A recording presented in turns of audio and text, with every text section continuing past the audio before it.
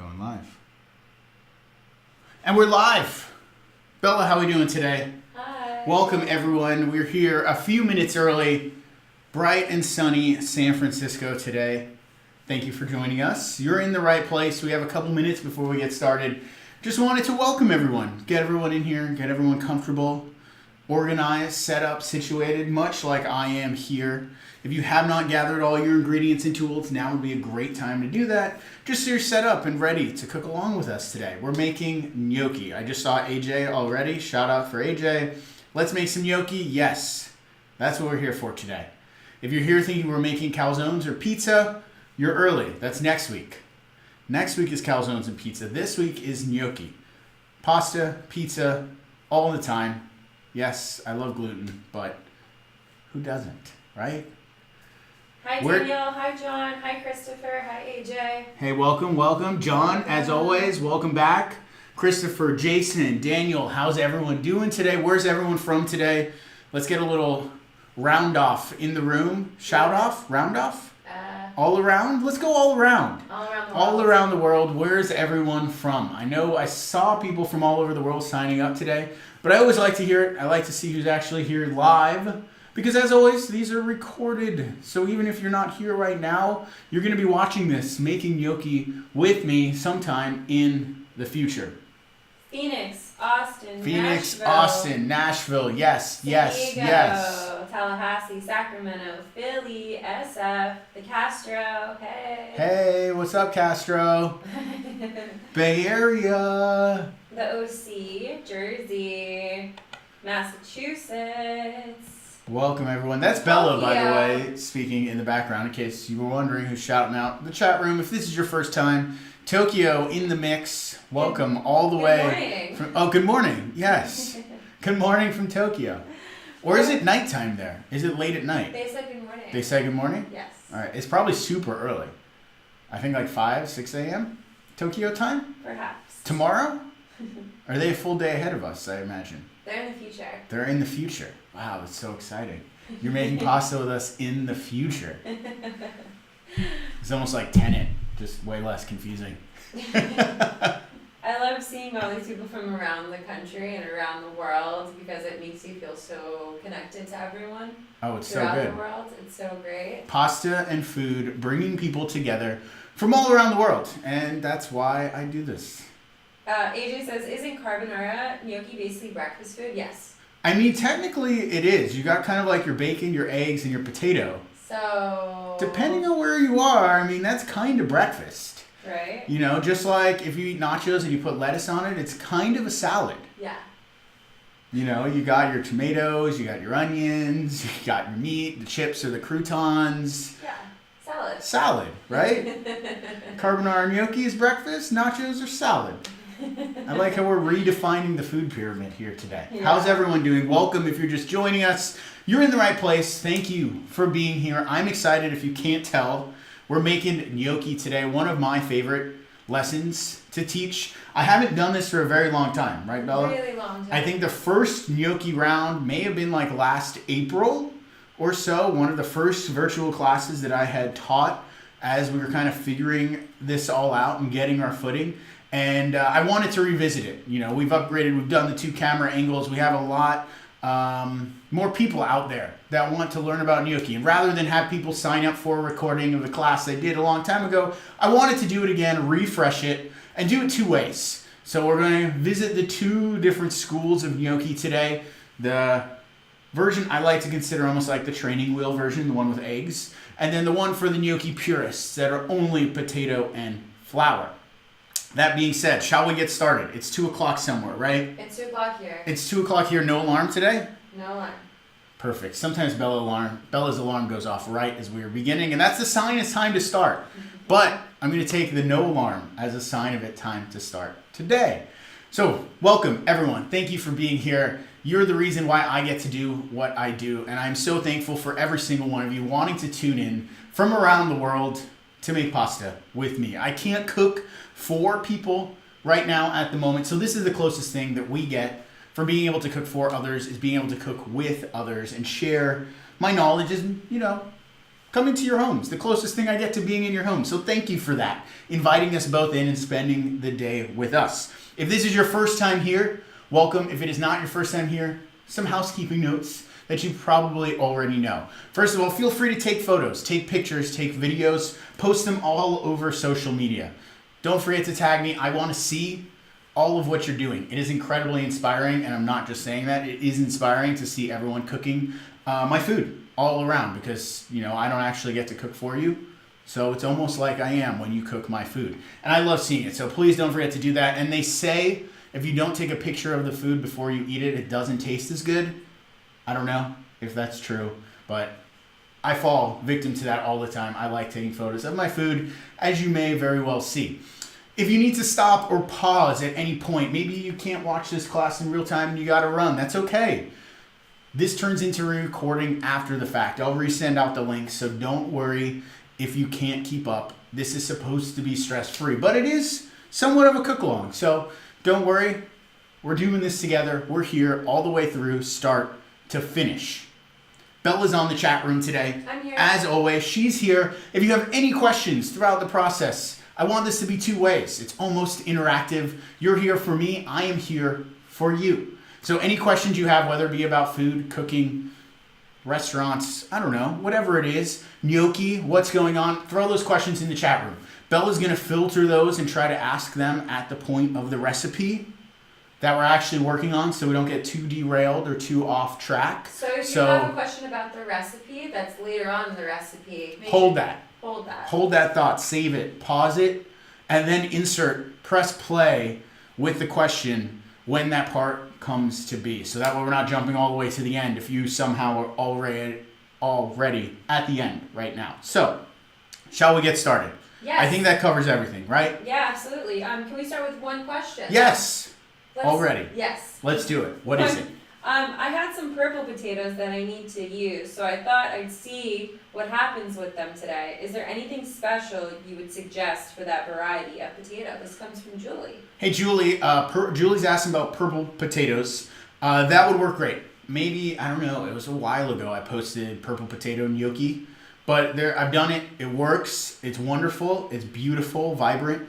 I would do the purple potatoes with the egg versus doing just flour, just because the starch content is different in the purple potatoes, and the egg almost acts as like a binder to help hold things together and keep it nice. So I would do everything the same, but just go with the egg recipe versus the only flour recipe, just to ensure that they don't fall apart when you go and cook them. Good question. Purple potatoes, not a problem. If you want to go half purple potatoes, half russet potatoes, and do your own little hybrid mix blend, that totally works too. That's a great option. Any other questions yet? No. All right, we're going to get started. We're kind of going to go a little backwards right now. Our potatoes are already in the oven. They're cooking. They should be already cooked on low, staying nice and warm. And there's a reason for that, and I will get to that. But we want to start with our carbonara mise en place. So that way it's ready, it's prepared, it's tempered, and ready to go by the time our gnocchi's done. So we're going to start over by our cutting board and the stove and kind of work backwards here. The trick to a really good carbonara is having temperature controlled ingredients, working with and managing that temperature. Room temperature egg yolks. So if you have not done so already, take your eggs out of the fridge. I like to soak mine in like just a cup of warm tap water for like 2 or 3 minutes, drain them out, then separate the yolks so that way you have room temperature yolks. Pull your cheeses out of the fridge to the side so that way they're room temperature by the time we need them. And then of course our guanciale, the magic key and star to our recipe here today. What is guanciale? It's pork cheek, it's the jowl, cured, not smoked, but one of these like super prized ingredients in Italian cooking. Somewhat hard to find in the US depending on where you are. If you can't find it, you could always use pancetta. It's the same sort of curing technique, but pork belly versus pork cheek. You could use bacon, which is pork belly, but smoked.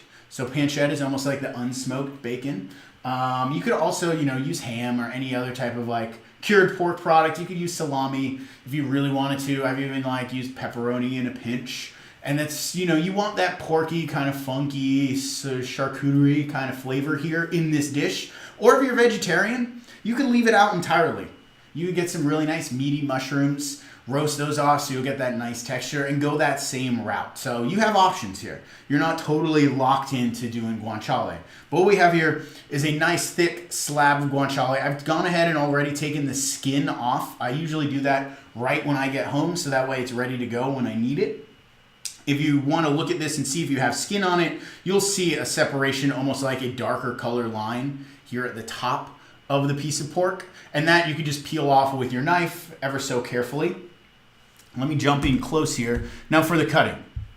Where did you get your guanciale? Where did I get my guanciale? I got mine from one of my Italian purveyors.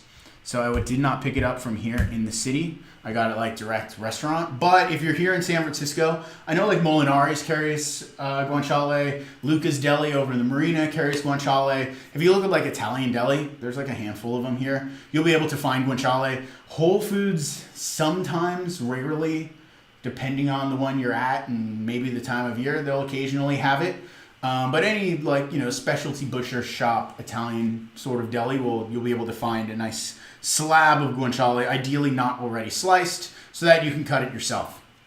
So what we're looking for here is a lardon. What is a lardon? But like a little kind of rectangular dice. So I go right along the side of, you can see you have the fat and the meat.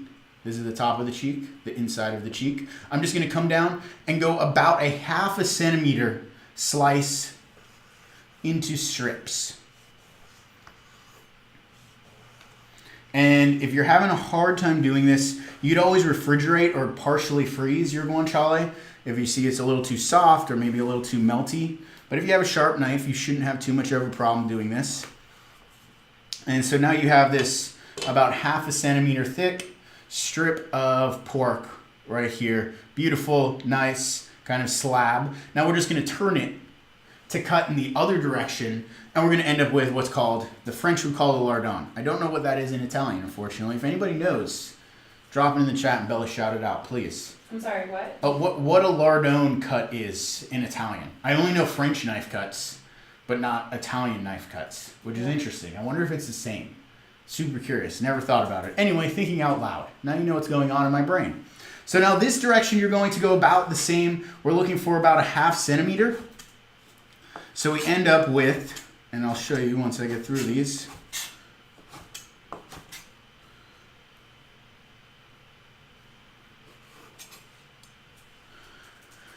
This is a nice little lardon of guanciale. I like to keep it a little bit on the thicker side here, like this, because as it cooks, that fat's gonna render. And you don't want this to turn into bacon bits. You don't want it to be super crispy, kind of like totally cooked out to the point where it's almost like becomes chewy.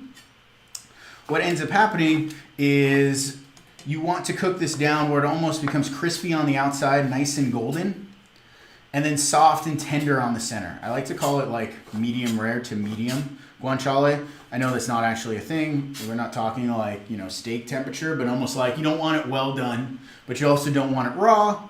So we're going for like almost like a medium, mid-sized cook here on this. Il taglio lardone. Il taglione, what?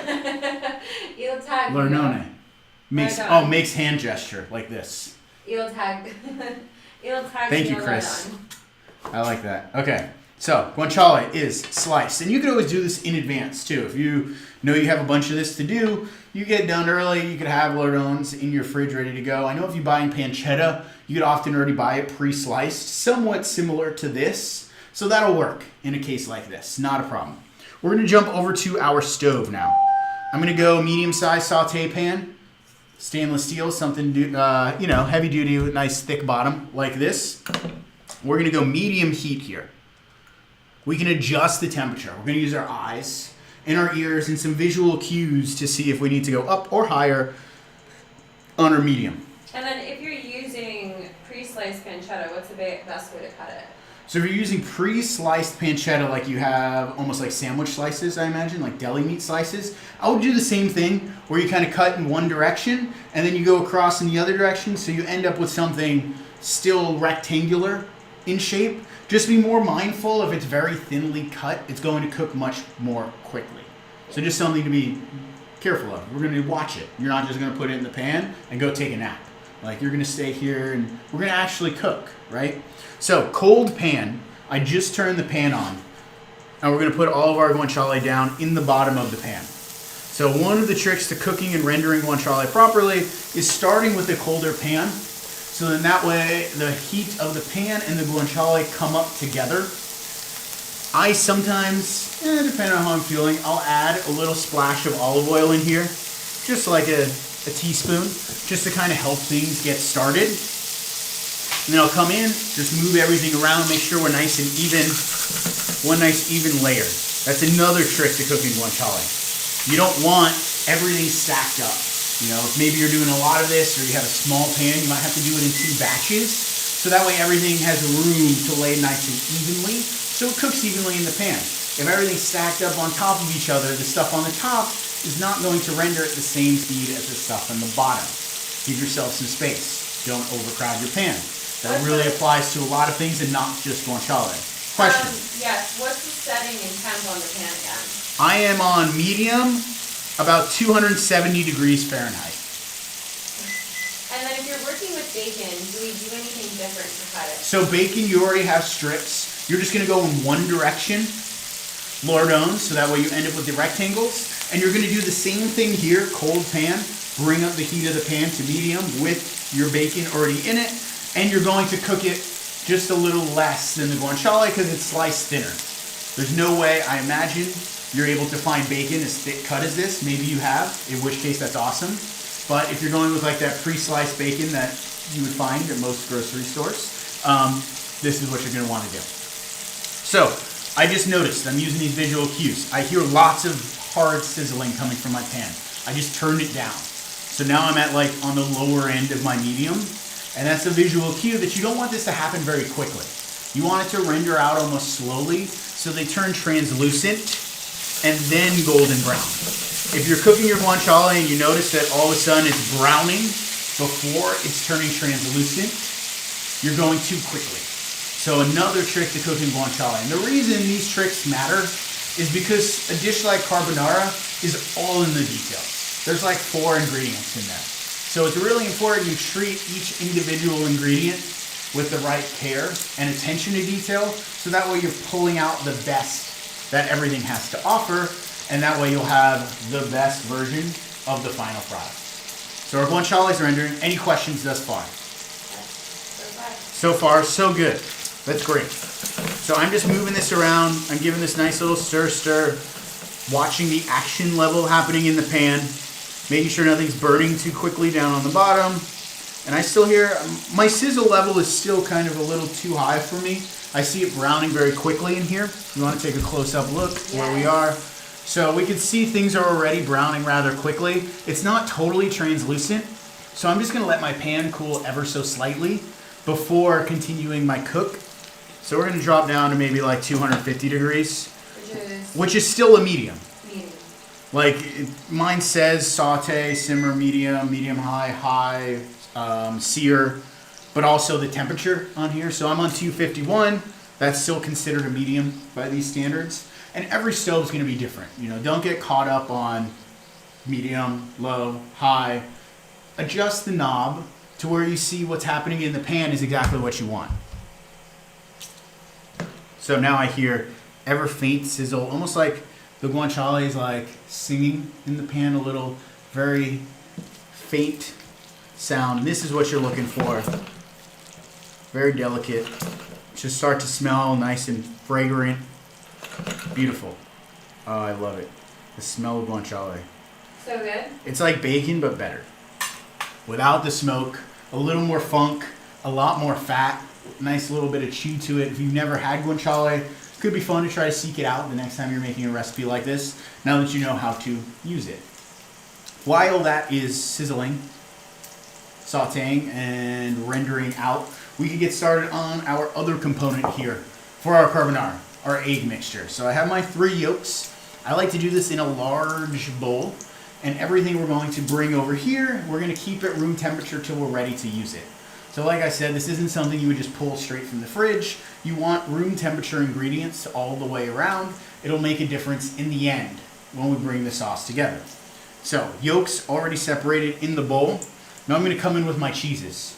I'm using a mix of pecorino and parmigiano. I think, I want to say traditionally, I hate the word traditionally, if you know me, I try to avoid using it.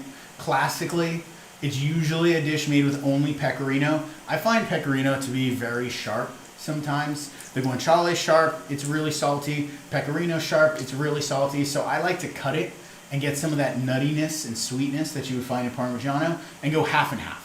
If you want to go all one or all of the other, that's totally fine, and you'll make it your own.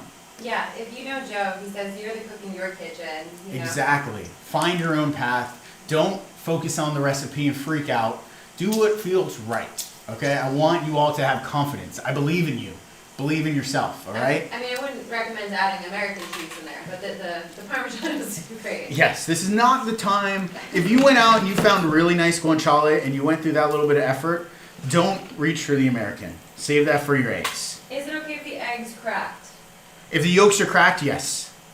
That's fine. If the yolks are cracked, that's fine. Don't worry about that. We're going to mix it all up. Mine just look pretty because... Yeah, just make they're sure not. they're just the yolks. But you don't want the whites. So different, I'm lowering mine again now. I'm on like medium low now for anyone following along. We're about 230 degrees just because I'm seeing getting lots of color here before the white parts of this have turned totally translucent.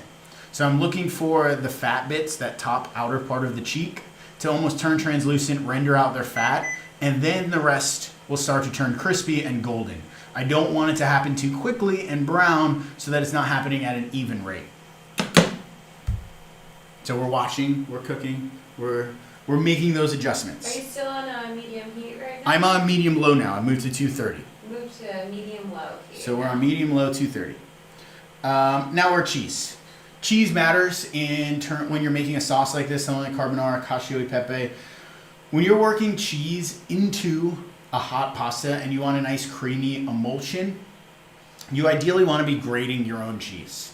Using a fine side of a microplane or a cheese grater. What you don't want to use for something like this is the pre-ground or shredded cheeses. If it's pre-ground, it's okay. It's not the best, it's okay. If it's shredded, like the long shreds, you're gonna have a harder time. Those long shreds are usually coated in some sort of like anti-kicking agent, so that way they don't stick together in the bag and they just don't melt very well. And so you may end up with almost like a coarser, rustic style carbonara. It's not gonna be as creamy and rich, which isn't a bad thing. Just something to keep in mind. The next time you're out and you're like, oh, I really wanna make carbonara the proper way, grate your own cheese. Totally worth it. So I'm gonna come in here. Bella has a question while I start grating my cheese. Yes, if you are vegetarian and you're cooking the mushrooms, anything to keep in mind for those? So mushrooms, you're going super high heat. A lot of people, when they're cooking mushrooms, they make two mistakes. They're either gonna overcrowd their pan, so the mushrooms start to steam, and they're not actually all touching the bottom of the pan, which is one thing you wanna avoid doing. And then second, their pan's not hot enough, so they're not getting that like caramelization on them. So those are two things you want to look for when you're cooking your mushrooms. Olive oil, high heat. There should be lots of noise, lots of sizzling, lots of steam. Like if you have a fire alarm right above your stove and it goes off, that's a great sign. That means you're doing it right. I know that sounds weird and crazy, but we all live in, apartments or houses there. The fire alarm goes off when you're cooking over high heat. It just happens. You're not doing anything wrong. That's how mushrooms should be cooked. Once you see you have nice golden brown all over the mushroom, if you're into butter, you can put a little bit of butter in there. So that way things get nice and round and buttery and delicious. Once they're done, you can pull them out, set them aside. Okay. Don't forget the salt and pepper. Season well. Season your mushrooms. Don't just leave them plain. And then would you say put them to the side like on a little tray? Yeah, and then set them aside on a little tray just like we're going to do with the guanciale here. I'm going up to 236 now because I saw nothing happening in my pan. So these cues are things you're like paying attention to as you're cooking. I saw no bubbling, no sizzling when I was at 230, so I bumped it up just a little bit. Now we're at 236. I see tiny little bubbles all around the exterior of my guanciale, which is exactly what I want. Derek would like to know, what was the weight on the cheese ratio to the egg yolks? So I have 3 ounces of cheese, 1.5 ounces of each to 3 yolks. And that's all on the recipe page, which is down below me in the description of this YouTube video. So lots of different places, also in your email.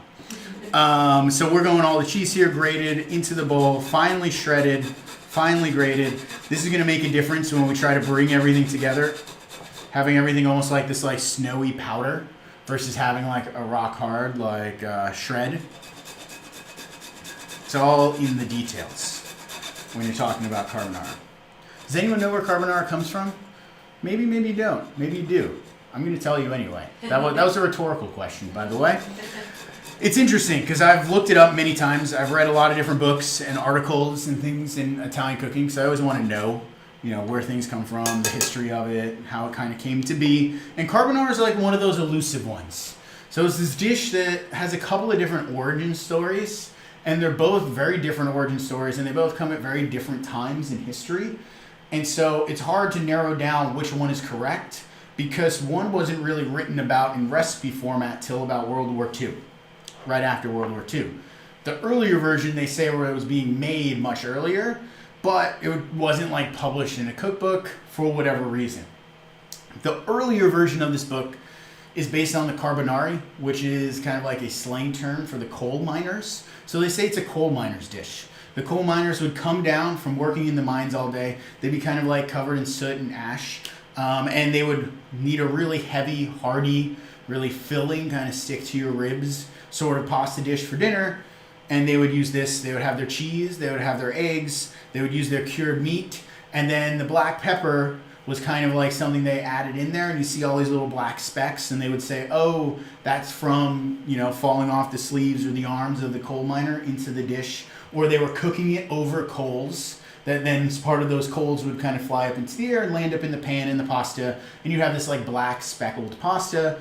Carbonara, carbonari, I don't know. Kind of makes sense. Maybe that's a true story. Maybe it's not. You never really know with like these Italian dishes. The more modern or recent version of carbonara comes shortly after World War II. So they say that a bunch of important generals and GIs were all kind of visiting Italy, and they were having this big fancy feast, but there wasn't a lot of food there. The war had just ended. Everything was kind of depleted. And so the chefs or cooks were tasked with coming up with a special dish using what they had around. So they had dried pasta. They had all of these rations that they found in like the GI army kits. So there's like powdered eggs. There was like ready to eat cheese and like dried bacon. And so putting all of those ingredients together with the dried spaghetti, they kind of like came up with a carbonara type dish that then later evolved into this using fresh eggs, fresh cheese, guanciale. Maybe that's true too. Maybe it's not. Hard to say. A lot of different literature will kind of contradict each other and say the other one is wrong. So I don't know, but at least the next time you're sitting around with your friends and you're like, hey, where does carbonara come from? You can tell those two very interesting stories and sound like you know exactly what you're talking about. Yes? I have a couple of questions. If you're using bacon and your pan is gathering a lot of fat, do you need to drain any of that? That's a good question. So someone asked if they're using bacon and their pan is gathering a lot of fat, do they need to drain it? I'm going to say, I'll show you how much fat I have in my pan. I know bacon will probably render more fat than guanciale will, just because it's a little fattier. And so you might need to drain some, but you do want some fat left in the pan. The reason being is that fat's going to act as like this creamy emulsifier. Instead of butter or instead of olive oil, you're going to use that guanciale fat. It's going to bring so much flavor to the dish. And if you're using bacon, you want to use that same fat to kind of make that happen. So I'm very close here on this, and I'll show you as soon as mine is completely rendered out how much fat I have. And then we could go from there, and you could decide, do you want to keep your bacon fat, or do you want to pull a little bit out, maybe a tablespoon or so out, set it to the side. I'm going to go a little higher here now on my pan. We're going to go like 248, because we're getting close. I can see, you can see, things are starting to get nice and translucent all the way around. Very light amber, kind of golden color of our guanciale. Little sizzle, and really our fat, that's what we're looking at there. I want to say that's like less than a quarter of a cup, maybe 3 tablespoons or so of fat down in the bottom part of the pan here, and that's good for me. If you're on the side of like, oh, you're trying to cut back, carbonara might not be the dish for you today if you're trying to like, eat light. It's a rich dish. But if you want to pull some of that fat out, it's okay. You have all the flavor of the guanciale, everything in the pan. You got all this cheese and egg. It's going to be good either way. Don't stress about it. It's still winter. It's still warm. And it's still kind of winter, right? Well, it's spring technically, but it's still cold some places. So some places it's still snowing. This is true. This is true. Not here in California, or at least where we are. So I have my eggs and my cheese here in the bowl. And what I want to do here is just come in with like a whisk or a spatula. And we're going to mix together the yolks and the cheese until we have a really weird looking paste. This paste we're going to set aside and just keep it room temperature, ready to go, nice and tempered. Carbonara is all about temperature management. And this is one of those things we're going to do just to keep our temperature nice and managed. So that's what we're looking for there. It looks beautiful. Beautiful. Egg paste. Egg and cheese paste. Seems weird, but trust me on this one, all right? Jonathan would like to know, where are your favorite places in Italy? My favorite places in Italy. That's a great question. The last time I was in Italy, I was probably like, I don't even know, 23. I was young. I was like fresh out of my first kitchen job. And I was with my brothers and we were backpacking. So it was a very different trip. We were doing like all of Europe. And we spent, I don't know, I want to say like 3 weeks maybe in all of Italy, going from like north to south. And of all of the places, I really enjoyed Rome the most, I think, because of the architecture, the feel of the city. It was like old but new. And it kind of like had this really interesting kind of mesh of the two together. While in Rome, there's a restaurant, one of like the best meals we had there, like one of the only ones I think that would still stand up to the test of time to go back to if I went back to Italy, is this place called Roscioli's. Old Italian deli. I know it's been there for, I don't want to say forever. It's been there a very long time. Very long time. And during the day, it's a deli. Cheese, meat, wine, everything like that. They have a couple of tables set up. At night, it turned into a full-fledged restaurant. And so we ate there. They stuck us down in the basement with like the other 3 tables that spoke English. And so the one English-speaking waiter came down to the basement to take care of the 3 tables down there. But incredible meal, super classic, every like classic Roman dish you could think of. That's what they do. That's what they're known for. That's what they're specialized in. Roscioli's. If you're ever in Rome, try to get a reservation there. I loved Florence a lot. Florence was really beautiful. A friend of mine, we were just talking about Florence and how much he loves Florence and like Yeah. wants to get a house in Florence. He said apartment. I was like, why don't you want a house? He was like, because I could get an apartment much sooner than I could get a house in Florence. So I was like, all right, fair enough. That's like an okay answer, I guess. My yolks were small and made a really thick paste, almost dough-like. Should I add another yolk or leave it? Look at. Yeah, take a look at mine one more time. So mine is thick. Someone's asking, in case you didn't hear Bella. They said they had very small yolks and it made a really thick paste, almost like dough. I mean, this is thick. Like we're talking like cookie dough here, thickness. If you're on the fence about it, you can add another yolk. It's just going to be richer. There's nothing wrong with that. When you're thinking about carbonara, there's a lot of different versions and recipes out there. Some use cream, some use peas, some use whole eggs. And some actually cook the eggs before they're used.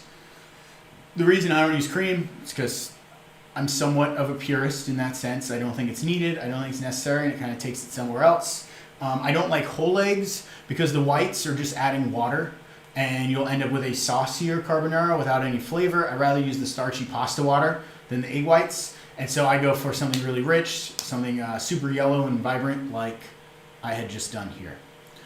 Let's take a look at our guanciale, where we're at here real quick. So we are golden brown, not crispy all the way through. That's the one important thing, whether you're using bacon or carbonara or pancetta, is that you're cooking it about halfway. Like I said, medium. So like you have all these pieces that are crispy on the outside, but still kind of soft and tender in the center. And that's the beauty of perfectly cooked carbonara. And that really, really makes a difference in a sauce like carbonara, because you get that contrast of textures. You get crispy but soft, chewy but tender, and you really only get that is if you cook it part way and not all the way. So I'm going to go here on a small tray or plate. I'm going to take my crispy guanciale out of the pan and just set this aside.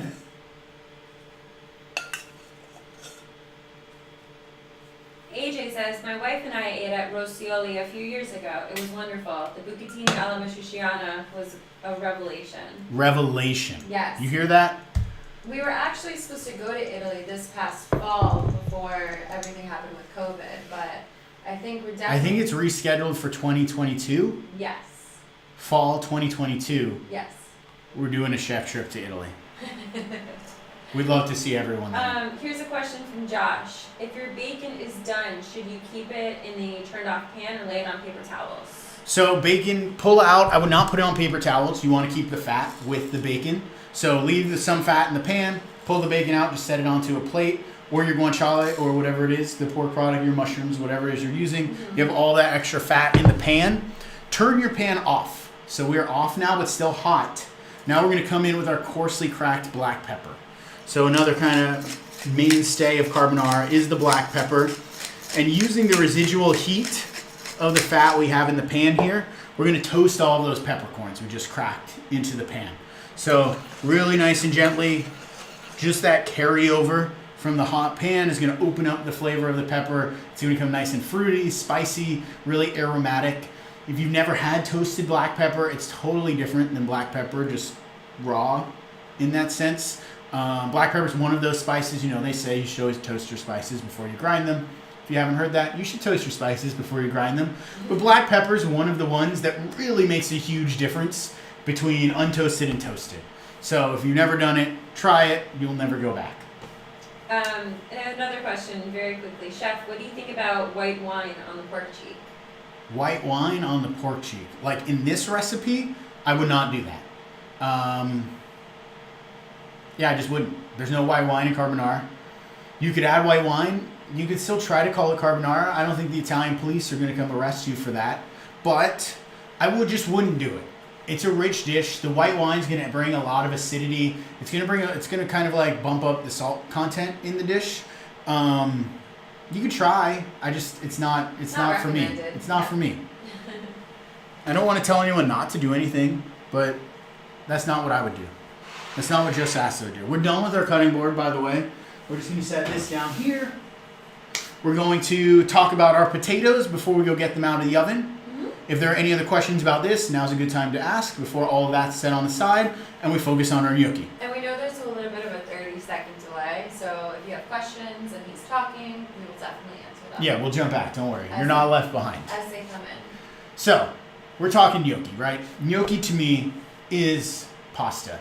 It falls under that same family tree of what is pasta. There are some people out there, trust me, I've had some email conversations with them, that will say gnocchi is not pasta. I tend to disagree, and at the end of the day, we agreed to disagree, those people. But to me, it falls under the realm of pasta. It's a dumpling. What does gnocchi mean but dumplings? Plural. Gnocchi is dumplings. Gnocco is singular dumpling. Terminology. But so we're talking about dumplings. Depending on where you are in Italy, and a great example of this is a good friend of mine, Jen Lewis, wrote a book called Pasta by Hand. I posted about it on Instagram if you're curious about dumplings or gnocchi. It's a really interesting book because what she did was I think she spent like 8 months traveling through Italy, north to south, east to west, and wrote an entire cookbook documenting how different just gnocchi changes depending on where you are in Italy. So while these are just two different versions of gnocchi, I would say two of the most common versions, potato versus flour and egg. We'll see both of them side by side. In her book, it's everything from spinach to polenta, semolina, cheese, ricotta, greens, collards, kale, all kinds of stuff. I think some recipes even have like seeds and nuts in them, depending on where you are. And at the end of the day, the people who make them still call them gnocchi. And so it's a great example of how where you are in Italy, it's going to be called the same thing, but it's going to look and taste and be completely different. And that's okay. That's what I find romantic about Italian cooking, is that people don't obsess over the right way to do something. They just do it how they want to eat it. And so I always like to kind of like share that sentiment with everyone else as they're on their own culinary journey. So don't let anyone tell you you're doing something wrong, because you're not. You're just doing it your way. Okay? You can quote me on that one. We have our gnocchi. So, Potato is the base of ours today. That's going to be our universal constant. I'm using russet potatoes. I like the russet potatoes because they have a great balance of starch to sugar, and so they make really great dumplings. The potatoes themselves, I'm cooking them in the oven. There are gnocchi recipes out there that say you should peel and boil your potatoes. I disagree with that because boiling adds water to the potato. I'd rather remove water because at the end of the day, the smallest amount of flour that we end up adding to the recipe, the better our gnocchis are going to be. So if we don't have as much water from boiling and we bake and remove moisture during that baking process, we'll end up adding less flour and therefore, in theory, a better gnocchi. The other great thing about doing it in the oven is you could cook your potatoes, turn the oven down, and then they're sitting there waiting for you ready. It's very important that you work with a hot potato when you're making gnocchi versus a cold or cooled potato. And the reason being is because potatoes are very, very particular when you're looking at their pectin and starches and the way that they're made up on a molecular level. When potatoes are hot, all of those starches and pectins are super easy to manipulate. You can do anything to them. You can puree them, you can mash them, you can break them down into little pieces and turn them into gnocchi. But as soon as they cool, those pectins and starches are almost like glue. Once glue sets, it's very, very hard to change. And so if you were to use cold, room temperature, or old potatoes for this, you're going to end up working with a very pasty, gummy-like glue that then will lead to a very pasty, gummy-like gnocchi. So oven potatoes, they're nice and hot, they're ready to go. We can use them when we want them. If you're boiling potatoes, you can't really press a pause button because as soon as the potatoes are done, if you leave them in the water, they're going to get really soggy and fall apart. If you pull them out of the water and you're not ready, they're going to cool down and they're going to firm up and set. So two, I think, very good reasons on why you'd want to use oven-baked potatoes for gnocchi versus boiled potatoes for gnocchi. I'm going to grab the I'm going to grab the potatoes to make the gnocchi. If there are any questions, 30-second delay. Here we go. I'll be right back. Please ask away. Everyone else should be grabbing their potatoes. Everyone else grab your potatoes, right? Yes. Grab your potatoes. Grab your sweet potatoes. Grab your purple potatoes. Grab your russet potatoes. All the potatoes.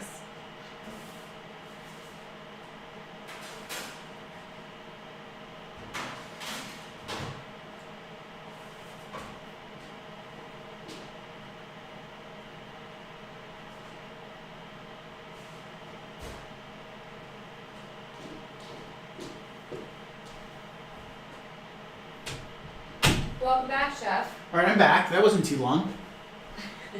Hot potatoes. I think everyone else is getting their potatoes. Everyone else as is well. getting their potatoes. Were there any questions? What's up with the gnocchi boards? What's up with the gnocchi board? We'll get to the gnocchi boards. Totally optional. It's a nice little flourish if you're into that sort of thing, or you could just leave the nice little potatoes on their own. The little pillows, potato pillows. So we have our gnocchi, we have our setup. Everything we're going to need is over here. I like to first peel the potatoes. I use these gloves, they're like disposable gloves you find in and out of the kitchen. I like to go double layers because they're hot, and that way you can take one layer off and your hands are clean again halfway through this process and you don't have to stop and clean them. If you don't have gloves, you can use a towel and just hold the potato in your hands as you're peeling it in order to pull the skin off, and I'll show you my favorite way to do that. But gloves for me are the way to go. Is your pan still on, Chef Joe? Pan is off. We turned the pan off before we added the pepper. Remember? Remember, we turned the pan off before we added the pepper. That doesn't rhyme, but you could kind of pretend anything rhymes if you say remember first. It's an inside joke, don't worry. You weren't there. So I got my gloves on here. I'm going to peel my potatoes onto this other tray that's going to catch all of my peels. And then the peeled potatoes I'm just going to set over here on my clean work surface that then we can break down using our series of tools that we have over here on the side. So peeling our potatoes. Let's jump in nice and close. We can pick up our potatoes. I like to go taking off the top first. I'm going to use what's called a bird's beak knife. The reason it's called a bird's beak is because it has this nice little curve to it. If you don't have a bird's beak, you could just use a kitchen knife. You could use a spoon. I've seen a great technique, doing this so many times with other people. Some people that don't like holding these and doing it all crazy, they'll take any sort of knife and they'll just kind of cut it open like a baked potato. And then you can kind of press it. And then you can come in with a spoon and just spoon out all of your potato innards. That's an option. I don't like to do that just because I've done it this other way so many times. But it's good to see other ways to do things, right? So I just like to kind of take off the top here and then peel down with the knife. You should be able to just peel all of the peels of the potatoes. Now if you see some potato is sticking to the peel, that's okay. It's not the end of the world. It's just potato. If you lose a little bit stuck to the peel, that's going to be fine. Nothing is lost or ruined. These peels themselves make such a great snack. So once we have all the peels done, we can toss them with a little bit of olive oil and salt, toss them back into the oven, and we'll have like potato skin chips that we can snack on while we're working on gnocchi. You could also leave the chips for tomorrow in the fridge on a tray, and they'll be even better once you go and cook them. If they've been dried out partially before, and that's what the refrigerator does, is it dries them out. And this may look like a lot of potatoes. Yes, it is a lot of potatoes because I'm doing both versions of gnocchi, so you can see them side by side. So if you're just going to go with one today, whether that be the eggs or the just flour, you would probably only need 4 potatoes or so. A good kind of like starting point is 1 potato per person who's eating.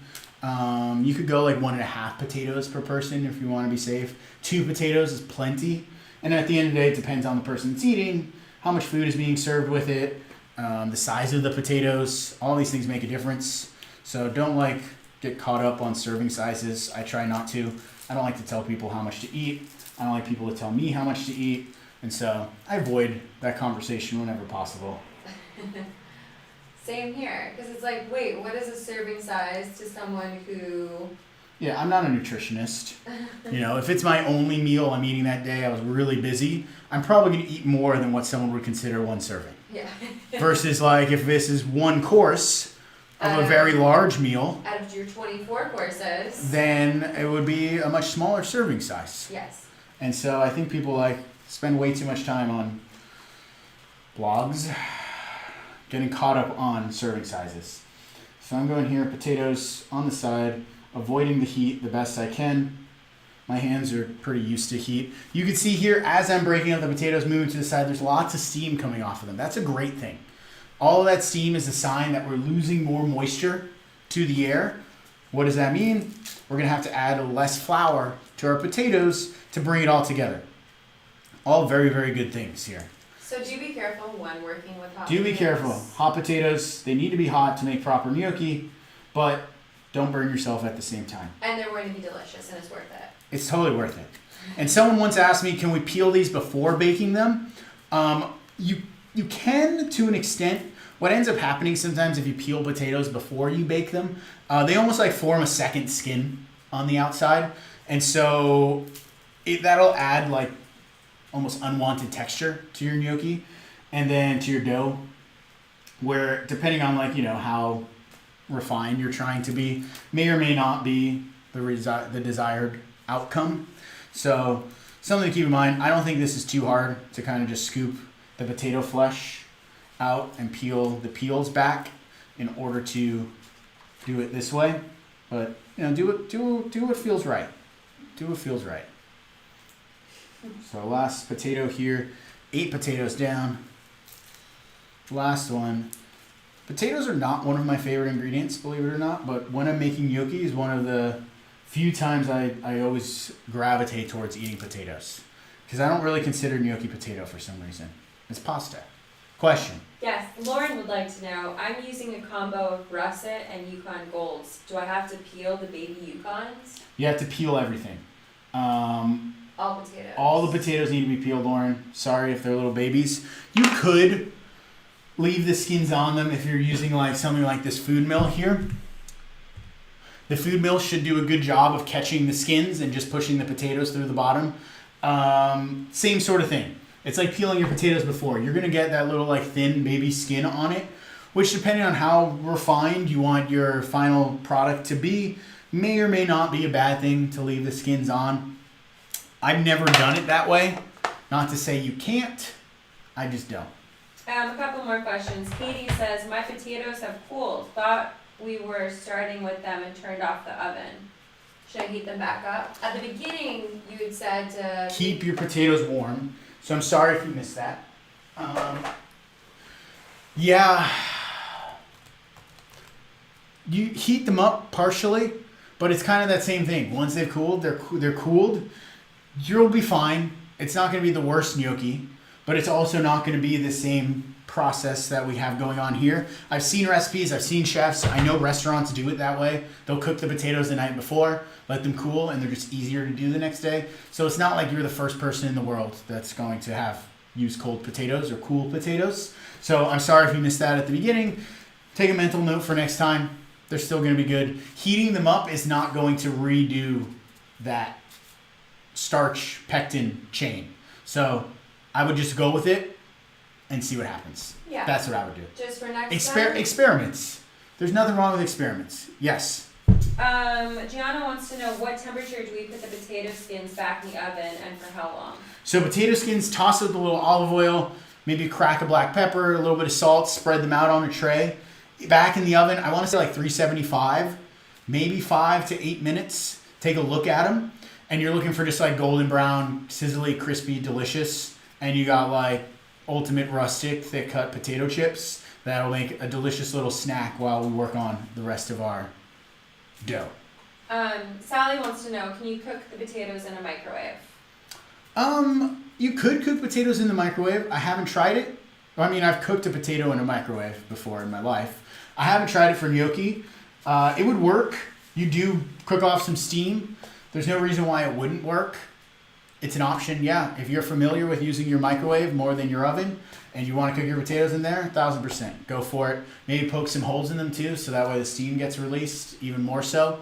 I don't see why not, but then use them while they're hot. Same exact thing. Yeah, great. Love it. It's a little different because it's a microwave. Yeah, but it works. Yeah. I don't know how long to cook them in the microwave. I would ask Google. Don't ask Joe. But yeah, let's go for it. I like that. But recommend oven. Any suggestions for peeling the tiny potatoes? Tiny potatoes, I would do the same thing. I would use a little knife or a spoon, crack them open, scoop the interior out with the spoon, or just peel the skin off of the tiny little potatoes. Whenever I'm making gnocchi, I avoid tiny potatoes, just for this exact reason, because I know I'm going to have to peel them. They grow large yukons, they grow large purple potatoes, they grow large potatoes, just like they grow small potatoes. Same exact potato, just one is picked earlier than the other. So, like I said, if you have the tiny ones and this is your first time making gnocchi, don't stress about it. You don't need to get every single little peel off. It's not going to be the end of the world. Do what's comfortable. As soon as you get uncomfortable, just stop and move on. Like, this is fun. We're cooking. It's Sunday. It's pasta day. Let's make some gnocchi, all right? You actually made a gnocchi dish before. That was like gnocchi in quotations, but it wasn't really gnocchi. And I used baby potatoes. Like the size of like jelly beans. And I actually I peeled a couple of them. I had my sous chef peel the rest of them. Every little jelly bean sized potato. And then we cooked them in dashi and butter. And then glazed them like you would gnocchi. And they were like gnocchi, but not gnocchi. So it was like the potato before it turned into gnocchi, but the size of gnocchi. It was a really cool dish. You had to be there. You had to try these little magical potatoes. It was all about the potato. So, long story short, there's a lot that you can kind of do in your own kitchen to be your own chef and experiment yourself. So don't get scared. Don't get sad. You're doing it. You're doing it. You're cooking. So now you have a few options for breaking down our potatoes here. And you want to do this right away. So as soon as you get to the peel part, you want to move to this next step here. You could use a food mill with like a medium to fine sized mesh down at the bottom. These are great not only for potatoes, but for like breaking down braised vegetables, things like that. You just turn the top, you put your potatoes in there, you turn it the other way to clear the dye, and everything comes out beautiful down at the bottom. I really like these ricers. They're made for making mashed potatoes and things like gnocchi. You put your potatoes in here, You throw the lid on, you squeeze it, the potatoes come out the bottom. Perfect, great, super easy to use. I think there are links to both of those down underneath in the description. If not, I could add them later. And then last kind of resort, but still works, is like a box grater here with the coarse side of the grating. You could grab the potato and kind of just rub it on the coarse grate, and you'll end up with a very similar result as if you were to use one of these or the food mill. So a few different options depending on what you have access to. If you don't have any of those tools, you could always just use a knife to finely chop everything up, kind of like we're going to do with the bench scraper later. But we want to work this out while they are still hot, so we lose more steam and they're breaking down before they set. So I'm just going to grab a couple handfuls here and go in, and you all can ask questions. Once again, now would be a great time as I break all of these up. Yes, Bill would like to know, he's out of white AP flour. Is Hayden pasta flour okay? Oh, Hayden flour pasta would probably be better than white AP flour for this. So Bill, 1000% proud of you, first of all, for having Hayden flour in your house. Second of all, yes, that would be great. 00 flour is preferred for gnocchi because it is finer, more finely ground, and so it's going to absorb into the gnocchi more easily and evenly. AP flour works well too for gnocchi because of the lower protein content. I would avoid using something like bread flour here because the high protein is going to make for a chewier, denser gnocchi. So as I break these up, I'm doing over a wide area. Part of the reason for that is now my potatoes can start to cool, and as you have this wide area, more steam is going to come out of the potato. Versus if I made one big potato mountain, all of the steam is going to be trapped in the center. That steam essentially is water, and we don't want to trap water. We want to remove the water. Question. Yes, Shannon would like to know, will a food processor work with a grater attachment? Ooh, Shannon, good question. Food processor. So, in theory, no. I haven't done it, so I can't tell you yes or no. But I would not, if one of my cooks came to me and said, hey chef, can I use a food processor for this with a grater attachment? I would say no for the two reasons that the potatoes are so soft, I don't know if the grater will do anything to them. If they're hard enough to the point where the grater would work, they're great for hash browns. Like that's how you would make really good hash browns. You par cook your potatoes, which means not cooked all the way. And then you put in the grater attached in the food processor and you have shredded potato. If you try to put this in the grater, it's so soft and crumbly. My worry is that the blade will just kind of mash everything up inside. Not to say it wouldn't work, but I don't know if it would. And I would worry about it just kind of turning into mash and then really kind of like overworking everything, getting really kind of like gummed up. And the same reason like you can't use a blender or just a food processor on its own. Potatoes are like filled with starch, so much so that like if you overwork that starch, it's going to get gummy. If you're using sweet potatoes have little to no starch. They're mostly sugar and water. And sweet potatoes you can put in the food processor with the blade to do this. And then you could just add some flour, almost like you're making pasta dough in the food processor. Sweet potatoes work. Regular potatoes does not work. And that's just because of different levels of starch. Madeline would like to know, how about semolina flour? Semolina flour would work here, but you would end up with a different style of gnocchi. What I mean by that is like semolina flour is higher in protein, so you're going to end up something a little chewier. And semolina flour is more coarsely ground, so it's going to take longer for the flour to kind of hydrate and get incorporated into the potatoes. So you may end up with like a longer resting period, and you may end up with a denser, almost like more textured gnocchi. And like I was talking about Jen's book, Pasta by Hand, there are definitely gnocchi recipes in there that use potato and semolina, and that there's nothing wrong with that. They come out great. That's the region. They're made in different regions. And so if that's the way you want to go, I encourage you to do that. What would you use instead of a ricer? Instead of a ricer, I would use my food mill. I would use my cheese grater, or I would use a knife and just chop everything up like we're going to do right after I break this down. So worst case scenario, you're using a knife to do this and you're getting it to a finely ground powder like this. Best case scenario, you have one of these three tools. Keep the questions coming. These are all really good questions, by the way. Great job. Everyone's very engaged today. I love it. Yeah, I think people are cooking along. Yeah, everybody's cooking along. This is a good one because it's actually meant to be cooked along. Some of the pizza ones I've been doing recently are, you have to do a little bit of work in advance, but here this is made to be done with everyone. And I'm doing twice as many potatoes, so I actually think this is giving everyone a really good opportunity to keep up with me because I peel potatoes very fast, I think, compared to a lot of people, I've realized. What's any tips for what to do if the potatoes aren't quite done? They got to go back in the oven. If the potatoes are not quite done, They have to be hot. They're not quite done. They have to be hot. Yeah, if your smoothie is not quite blended, keep blending it. If the potatoes are not quite cooked, keep cooking them. Put this on pause or just watch through to the end and then make it after. Mm-hmm. But there's no secret to cooking potatoes other than cooking potatoes more. So just cook them more. You're good. Don't worry. Not to worry, but that's it. Okay, so this is where I like to take off my first layer of gloves here. Everything has been spread out. We have this nice big cooling area of potatoes. My first layer of gloves can come off now because now I have fresh, clean hands for jumping in to do the rest of this, which is awesome. Now I can touch the rest of my tools and I don't have potato starchy fingers, but they're still protected to be able to work the rest of the dough. So now I'm going to come in here and split this into two. So essentially 4 potatoes on this side and about 4 potatoes on this side. And then this way I'm able to work 2 different versions of the dough and everyone can see side by side how to do gnocchi with eggs versus how to do gnocchi, as I like to say, the purist's way, with just potato and flour.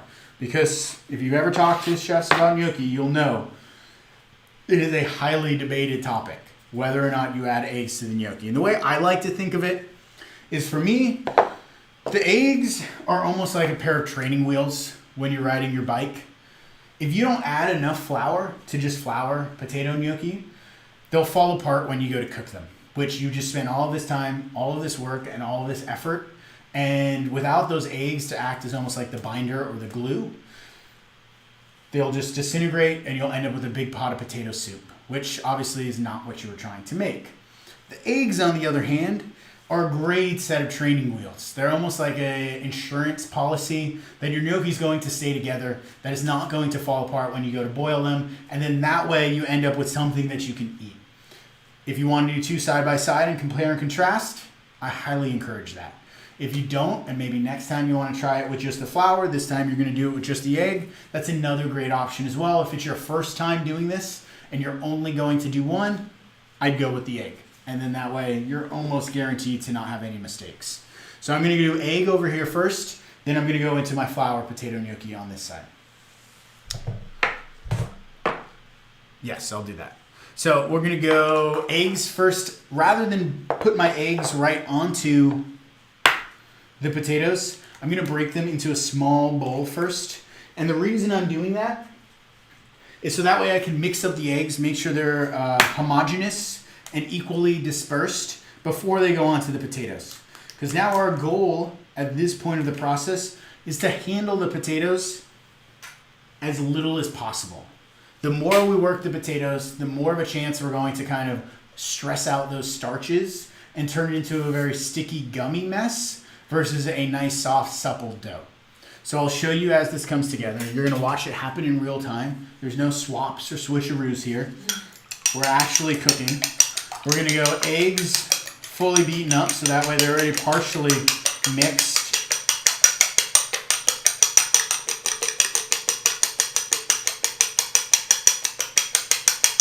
Now we have whites and yolks equally combined. We're just going to pour this right on top of all of our potatoes. Then I'm going to come in with a little bit of cheese, totally optional. Not every gnocchi calls for cheese. You wouldn't always find cheese even in egg uvo gnocchi, but since they're going with the carbonara, cheese is a nice kind of flavor and it's going to kind of help bind things here. I like that little bit of added grated cheese. And then... a little close-up cam. Oh yeah, we want to get close-up on this? Definitely. As we see. So this is our flour. This is going to be our egg over here, just so you're watching and you know what you're seeing. So we're gonna go here. I'm using 00 pasta flour. Like I already said, you can use any combination of flour to kind of make this come together. And I'm going to use a 1/2 cup measurement just so we can keep track of how much flour goes in. You don't have to use a measuring cup. Gnocchi are one of those things that are notoriously different every time that you make them because the starch content of the potatoes are going to be different every time you buy them. The water contents of the potatoes are going to be different every time you cook them. And the age of your flour is going to be different every time that you use it. All of those components or variables mixed together are going to lead to a different amount of flour that you need to add. So gnocchi is one of those things that people get very frustrated with because they're following a recipe instead of following their intuition, their eyes, and their hands. So while the recipe may say 2 to 3 cups of flour, it's going to depend on where you are, how humid it is, what elevation you're at, how old your potatoes were, how long you cooked them, how much water evaporated, on and on and on. I think you get the idea. So we'll watch, we'll track, you'll see it come together, and then you'll know exactly how much to add. Question? Yes. Are you putting any salt or Parmigiano in those? So yes, this just had parm mixed on top. I'm going to mix this together first, and then we're going to add our flour. I'm just bringing everybody slowly over to where we are. Salt. Salt next. We're going to mix it together. So eggs, cheese, salt. And don't be shy with the salt here. Potatoes are, relatively bland when you're talking about how much salt you can add to them. So you can be generous with the amount of salt. If you want to add a little black pepper, you want to add, maybe some pantry spice blend you have, this now would be the time to get creative. And then I'm going to come in with my bench scraper. If you don't have a bench scraper, you can use a knife and do the same exact motion and process with a knife as you do with a bench scraper. I like a bench scraper just because it fits in your hand and it's a little bigger. But this is totally an option as well. So before we add any flour, because as soon as we add flour to this, we're going to start a reaction that's called gluten. Gluten is, if you followed along in any of my other classes or pasta making or bread making or you just are familiar, gluten is what gives things texture. It's what gives things crumb. It's what gives bread and pasta its life and its strength. And in this case, when you're talking about gnocchi, you don't want to develop gluten. Gluten is your enemy, just like water's your enemy. So whatever we can do to avoid gluten, to avoid the additional water, is going to be a good thing. If we can mix this all together and get our eggs, our cheese, our salt fully compound, before we add flour, we're going to delay the gluten making process since the gluten is coming from the flour interacting with our liquids over here. So we're going to start by just chopping this all together. This chopping motion is the staple for making gnocchi. Become very familiar with it, become very comfortable with it. It is the trick and the secret, almost like the key to success when it comes with gnocchi, is being able to go through the potatoes, because what you're doing is pressing the top layer down to the bottom, but you're also grabbing what's down at the bottom and pulling it to the top without actually kneading and working and folding the dough. Sorry, I don't. Go ahead. Yeah, sorry. How much salt was that? So Diamond Crystal kosher salt, I would say that was about 2 tablespoons. If you're not using Diamond Crystal, the salt amount is not going to be 2 tablespoons. Every salt is different salinity. Morton's kosher salt is saltier than Diamond Crystal. Iodized salt is saltier than either of the other two. Pink salt that you grind, like out of that thing you get at Costco, is a totally different level of salt than the other 3. So depending on the salt that you're using, season to taste. Some people will know what that means. If you don't be afraid to put some. We could taste it, and then you could add more. Totally optional. You keep adding salt, and that's what seasoning to taste means. You season it, you taste it, and then you decide if you want to add more. Question? Yes, a few questions. The older the flour, it does what to the dough? The older the flour, the less moisture it's going to absorb. So a young flour or a freshly ground flour is going to absorb a lot more liquid than an older flour. And the reason being, you think about like flour sits on the shelf, there's just ambient moisture in the air, in the cabinet, in the kitchen, and flour will absorb that ambient moisture. If it's a freshly ground flour, it hasn't been exposed to that ambient moisture, humidity, in the air, and so it'll suck up much more liquid in whatever you put it in. So an easy way to remember that when it comes to doing this. I'm going to chop, and I'll repeat the question in case no one hears you. Yeah. Do you have a pot of water on the stove, chef?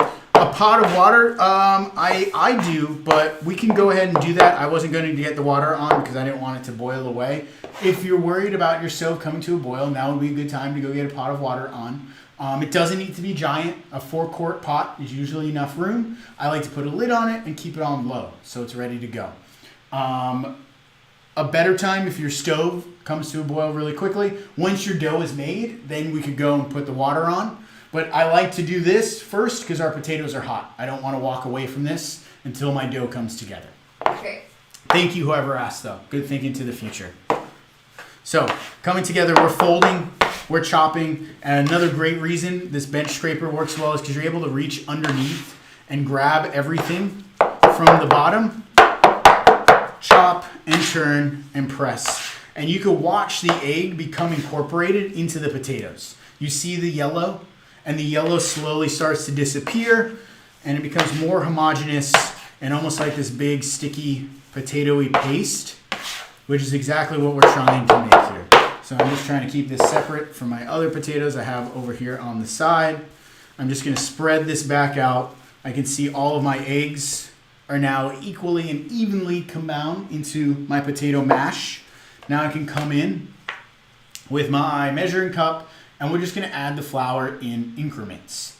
So we'll start with about a half a cup, gently dusted all over the top, making sure to evenly disperse over the whole area. Then we're going to come back in with our chopping motion to push the flour down, grab potato from the bottom, and bring it back up to the top.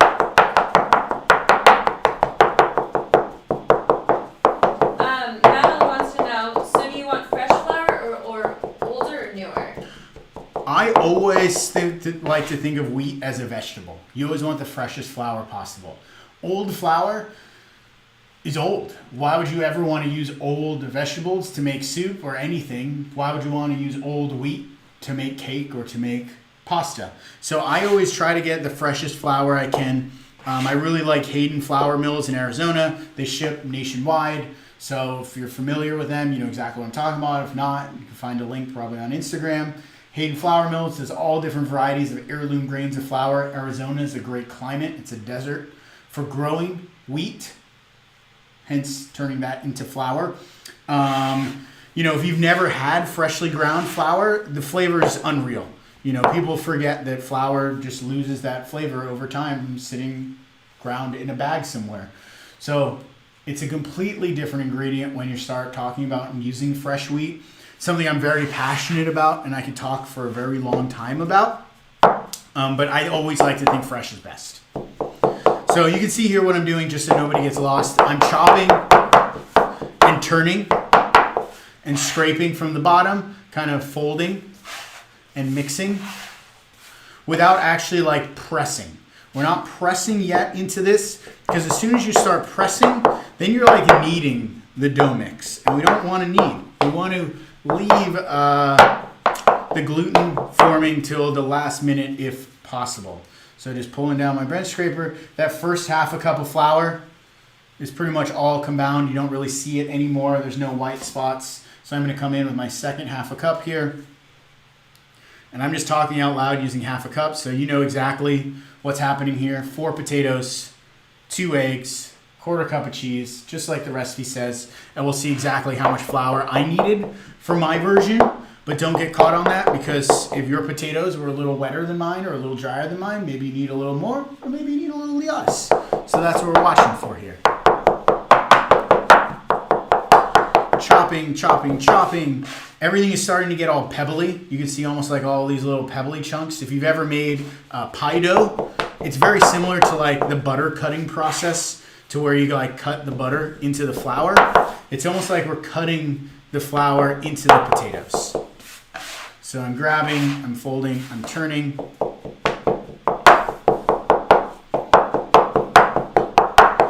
And chopping.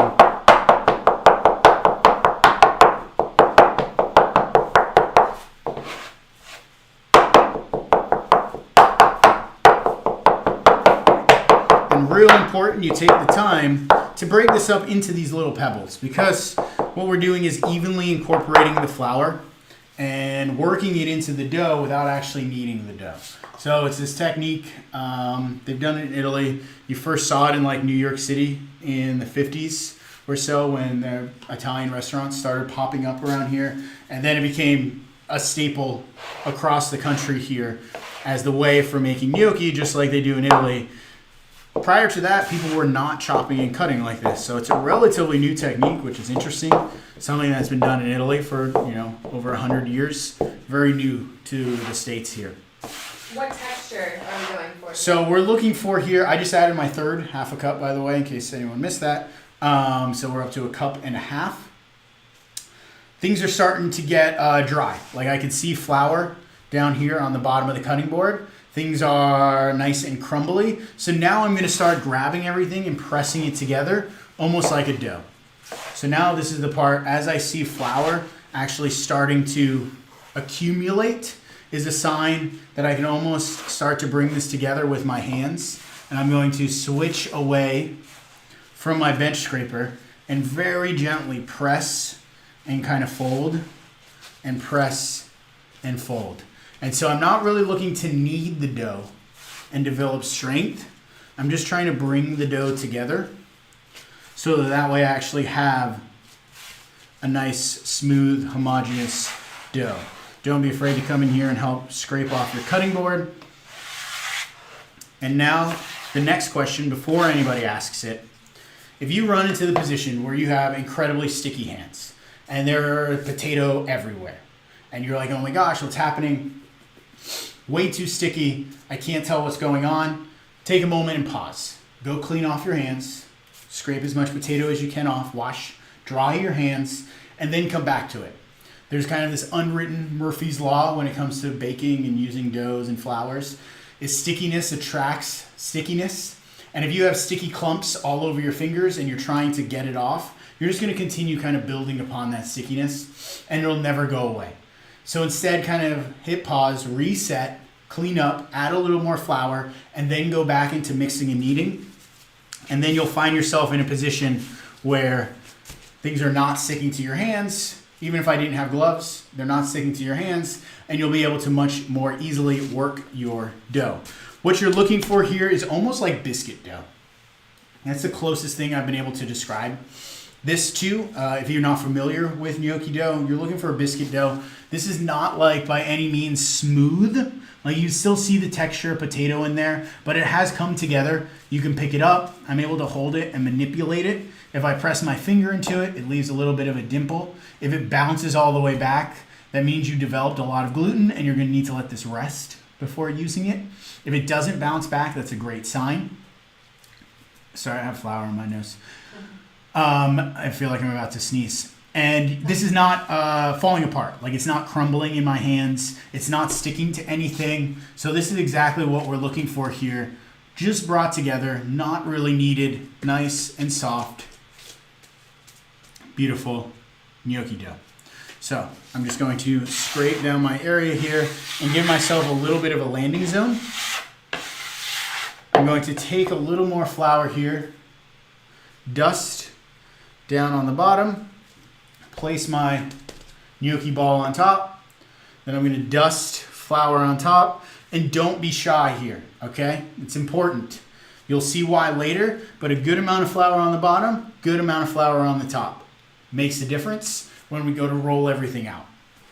I'm going to take a clean kitchen towel, and I'm just going to drape that over my gnocchi to rest.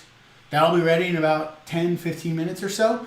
You usually don't want to use it right away. You got to give that flour a chance to hydrate and become one with the potato. Any gluten that you may have formed during the mixing process needs a moment to relax, which is great. We have this other set of gnocchi here to make using just potato and flour. So we're going to do that same exact process without adding any egg. And we'll see kind of the difference it looks and feels and comes together. So starting first with our salt. Same thing, good amount of salt. There's no cheese in this one, so you can go a little more salt than you would normally do. I think that was maybe like 15 grams, if I had to guess, based on the way that felt. I'm gonna go starting with my first half cup of flour, right all over the top. If you want to switch the angle of the camera as well, that'd be helpful. No, the The little. I know what you're saying. Yes.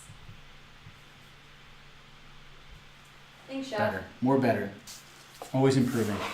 All right, let's get these little dough bits out of the way over here. So coming back to our gnocchi dough potato, we're just gonna start by chopping this in, cutting the flour into our potatoes.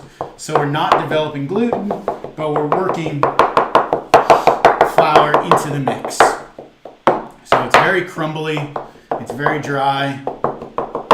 That's okay, that's exactly what we want and what we're going for. Don't be afraid to kind of come underneath and scrape and fold and turn and mix. Any questions yet? How's this going for everyone? No, I just wanted to point out that if you were cooking this at home, like you're doing, and you see this texture, it looks like it wouldn't come together, but that's exactly what you want. Exactly. You want it to be almost as dry as possible from the flour before you just bring it together. You'll be surprised. It looks like it won't come together at all, but then through this process of chopping and cutting and kind of folding and squeezing, you're able to incorporate the flour. So this one over here with the eggs used about a cup and a half of flour. I'm on to my full first cup of flour for anyone keeping track. It's all on the technique. Lots of little pebbles here. Grabbing and chopping. And like I said, if you don't have one of these, you can totally get in there with a knife very carefully. Obviously don't chop your finger or your hand, but you come in here and you can scrape. You do all these same motions with a knife, breaking down your potatoes as you could with that. So I feel good about this. Just go ahead. a question. Yeah, AJ would like to know, what about using one of those zigzaggy potato masher things for this part? I've never used one of the, I know what you're talking about, the zigzaggy potato masher. I've never used that. I wanted to say it could work, but you may run into that point where it starts to get mashy and gummy because you're smashing and squeezing potato underneath those like wide zigzaggy pieces versus this is cutting the potato and you're actually kind of like just pressing and slicing versus mashing and squeezing. So it's like two similar but very different motions that are happening to the potato. And so it could work in a pinch, but it also could, you could easily overdo it. So try it, but keep in mind you don't want it to get gummy and sticky. So coming in here now, I'm just going to start to squeeze and very gently fold and knead this together. Oh yeah, this feels good. It's not sticky. It's just coming together.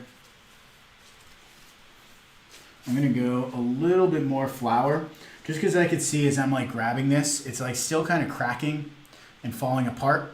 So I want to just make sure there's enough flour to kind of bring this together.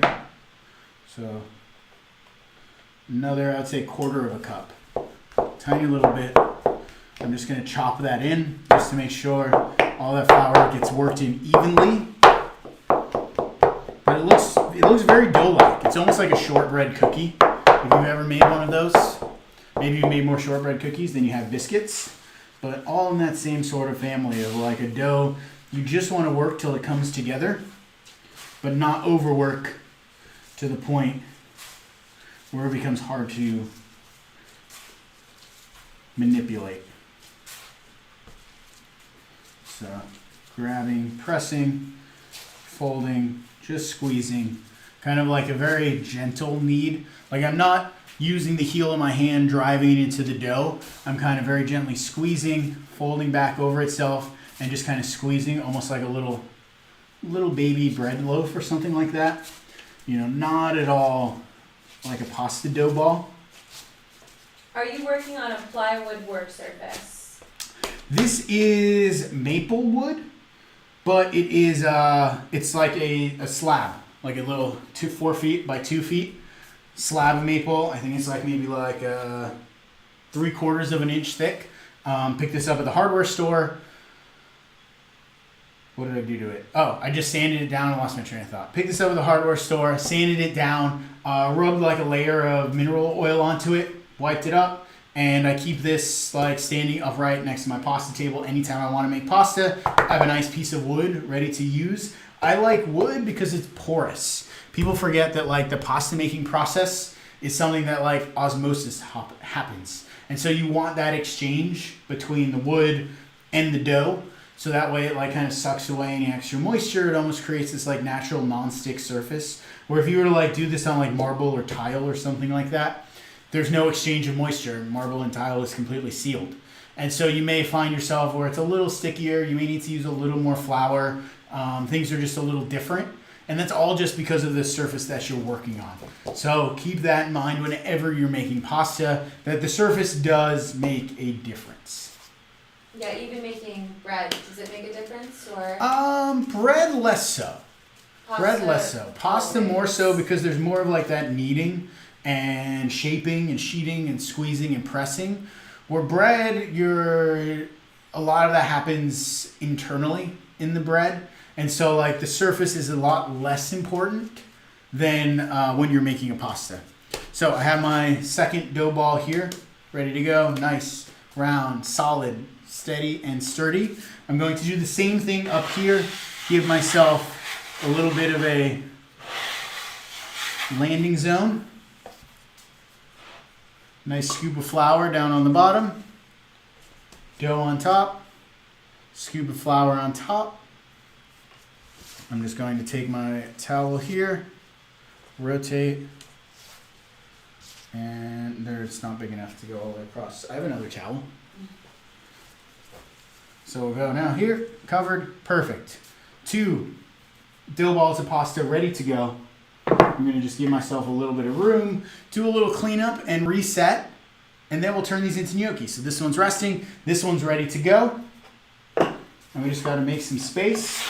We're going to scrape off all these dry bits of dough. We don't need any of this anymore. Question? Yes. Do you have any wine recommendations to pair with the meal? Oh, that's a great question. Bella, I'm going to defer to you. I feel mean, like Barolo and Carbonara always go really well together.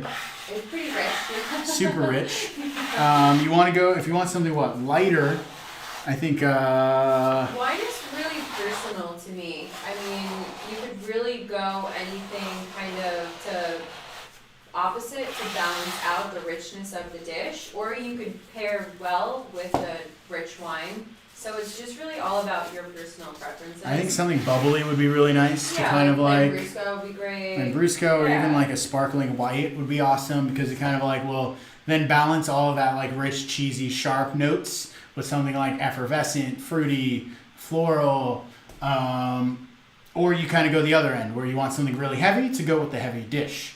And so you're either, when you're thinking about wine pairings, you want to either complement or you want to contrast. You don't often want to find yourself where you're in the middle kind of trying to do both. Usually you want either like one end of the spectrum or the other. Yeah. And like I said, wine's really personal, so it's completely up to your preference. I'm sorry if you were looking for an exact wine answer. Lambrusco's always great. Lambrusco's always great. I agree with that. A nice chilled red. Oh, baby. Now we're talking. All right, so we've cleared off all this dry bit of pasta. I'm just going to scrape down the side so I have a clean bench scraper going into this process. I would recommend you do the same. Give yourself a little bit of a scrape down on your bench scraper just so that way you're working with a nice clean surface. And then our dirty, sticky gloves we can once again remove. And now we have fresh, clean hands for making our gnocchi. Look at that. One of the other wonderful tricks to using 2 sets of gloves instead of 1. So I'm going to move this dough ball actually over just a bit, just to make camera space here so you all can see what's happening, and this can sit over to the side. So that's our just flour and potato. Then this one I'm going to pick up and move over here.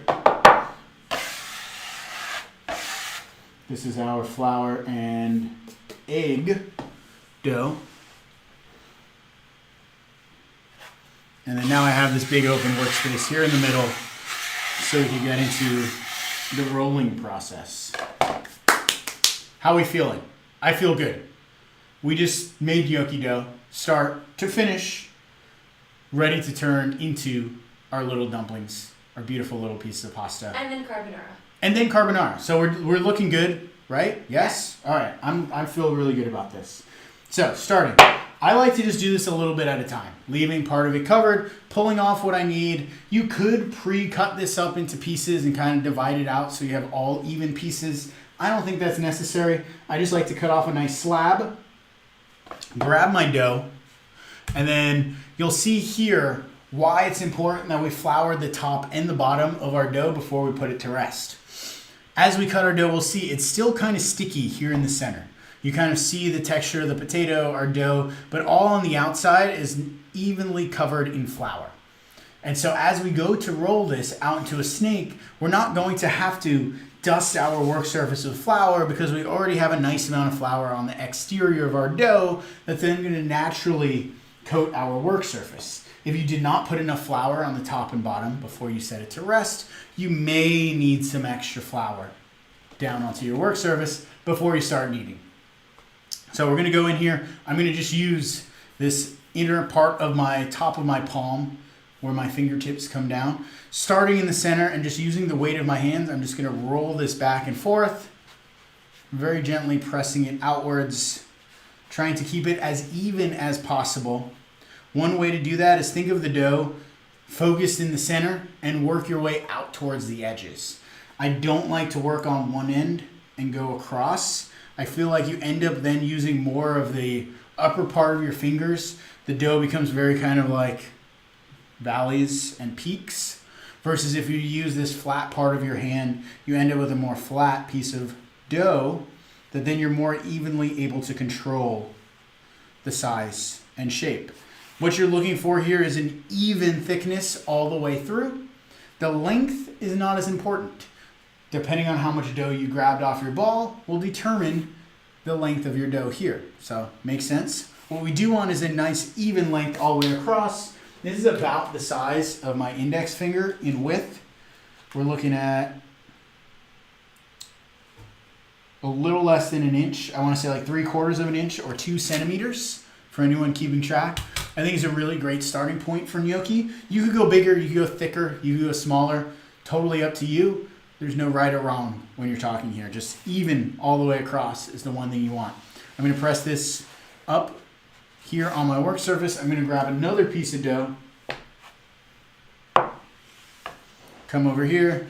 And now what we're rolling, these are called serpentines. The Italians call them serpentines. Word sounds very familiar. It means snakes. So whether you were playing with Play-Doh just yesterday, or maybe it's been 20 years, just like me, it's that same process of just very gently working the dough out into a nice long snake, just an even thickness. A couple things to look at here. If your snake gets way too long and very unwieldy or hard to deal with, don't be afraid to cut it in half. Work with half of it, put it up top, and then grab your other half and continue to work with it. If you run into the problem where maybe your snake is sliding on your work surface and you're trying to roll it and it's just sliding back and forth, you have too much flour down. And so what I recommend then is you can kind of just come in here and scrape away some of that flour. And then when you go to roll, your snake will come up nice, even, and smooth. If you run into the problem the opposite end, maybe your snake is sticking. You just need a little more flour. You didn't have enough on here when you're bench resting. If your snake rips or tears anywhere, that's okay.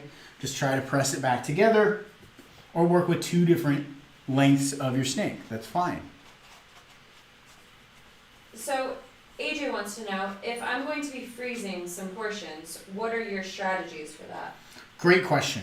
We could talk about freezing leftovers, everything right now, if everyone's ready to talk about that. If not, I'll mention it again in the end because that's always important to talk about. Gnocchi is one of those things that, for me, I've never had success freezing gnocchi raw like this. And the reason being is because most stoves at home, unless you're like cooking in a pasta well at a restaurant, don't have enough firepower to bring all of those ice cubes of gnocchi that you just added to your pot of boiling water to a boil fast enough to set them. So you either need to use these immediately Or what I always recommend is you cook everything right away, boil it, pull out what you don't want to use, set it aside, toss it in a little bit of nonstick oil or something, put it onto a tray, cookie sheet, a plate to cool and chill. Flat, spread out, that's what this means. Flat and spread out. And then, let me switch back so it's like I'm talking to you. Yes. And then once they're cooled and chilled, you could put them in containers. You could freeze them separate, all on a tray, and then put them in an airtight bag or airtight container in the freezer. And then since they're already blanched and cooked and ready to go, you could use them exactly like that. You could toss them right into your sauce, hot, ready to go. They're not going to fall apart. They're already set. I would not, like I said, just freeze them raw like this, because when you go to try to cook them again, you'll often run into the problem where they just fall apart in the water. And that's because your water isn't getting hot enough, fast enough after adding a bunch of cold gnocchi to it. I've seen it work for some people, and those people that it usually works for, they've added too much flour to their dough. And what they're then essentially freezing is like a flour and water pasta dough, which won't fall apart when you cook it from frozen, and not a potato gnocchi dough. So their dough becomes more flour than it is potato, in which case then it will work from frozen. So if you've seen that done or it works, like I said, it works, but you don't have then that true essence of just enough flour to bring it together. It's a ton of flour to where it turns into a different type of dough. Long story short, cook them all, toss in olive oil, flat. Yes. Yes. All right, so I have snakes here, already formed, ready to go. So 4 lines, ready to go. Here, those are my first gnocchi done. I'm going to grab my other dough here so we can look at it, so we can roll it out, so we can tell if there's a difference, just so you can see the side by side and that there's no magic tricks going on here. I'm going to go through that same process, grab a chunk of my dough. You can look at it here nice up close. Flour all the way around the end, still a little soft and sticky in the center. A little bit of tackiness, that's a great sign, that's what we're looking for. And then rolling this out ever so gently. Jonathan says, already the best gnocchi I've ever made. So excited. Yay. Yes, Jonathan. Great news. Super proud of you. I really am. I'm not just saying that. Yeah. I love it when people say that. They haven't even had it yet and they already feel really good about the dough. They feel good about the process. They feel good about the technique. That happened to you 2 nights ago. You were teaching a private class and someone had made 2 other chef's doughs before. And then they were already, we just started the class and they were like, we followed your dough recipe and it was the best dough we've ever made yet. And I was like, that's really awesome. Like the fact that that works through, I wasn't there making it with them. They were able to follow the recipe and it worked out and it was better than any of the other pasta recipes that they had made up to that point. Made me feel really good. So anytime you guys try this and it works out at home, I'm super happy, grateful, and thankful for that. Coming in here, you can see now almost exactly the same. Very, very similar, not much difference. The difference really is going to come in the texture when you go and cook these. And so I'm only going to cook one of them just so I'm not cooking 2 different gnocchi mixed together because they're going to cook a little bit differently. But it's great if you want to do a little side-by-side comparison to see the difference between potato versus non-potato gnocchi. So I'm on to my 3rd little strip here. How's everybody's rolling process going? Everybody should feel good about this. I feel good about this. And you can see once you get this rhythm and pace settling down into the pasta table, you're going to feel much better about it. It becomes almost like therapeutic, much more zen-like, much more easier to do. So I have now another set of snakes over here of just potato and flour. And you can see they come together just as easily, just as nicely. The only difference going to be that texture when they're cooked. So now I have my gnocchi rolled. There's a nice little outer layer of flour on all of these. I sometimes, depending on, if it feels like a moist day or not, I'll grab a little bit of extra flour and just very gently dust it over the top before I go to cut these. The reason being is the center of these snakes, as you remember, still has a little bit of tackiness, a little bit of stickiness. And if you go through and you cut all of these and they stay right next to each other, there's a chance they might stick together. There's a chance they might stick to the surface. They might stick to your knife. And so that little extra bit of flour never hurt anyone and sometimes help prevent a gnocchi emergency down the road. We don't want gnocchi emergencies, right? So now I'm going to come in here, give these all a little chop. I usually go about the same width as they are thick in order to just keep them into nice squares.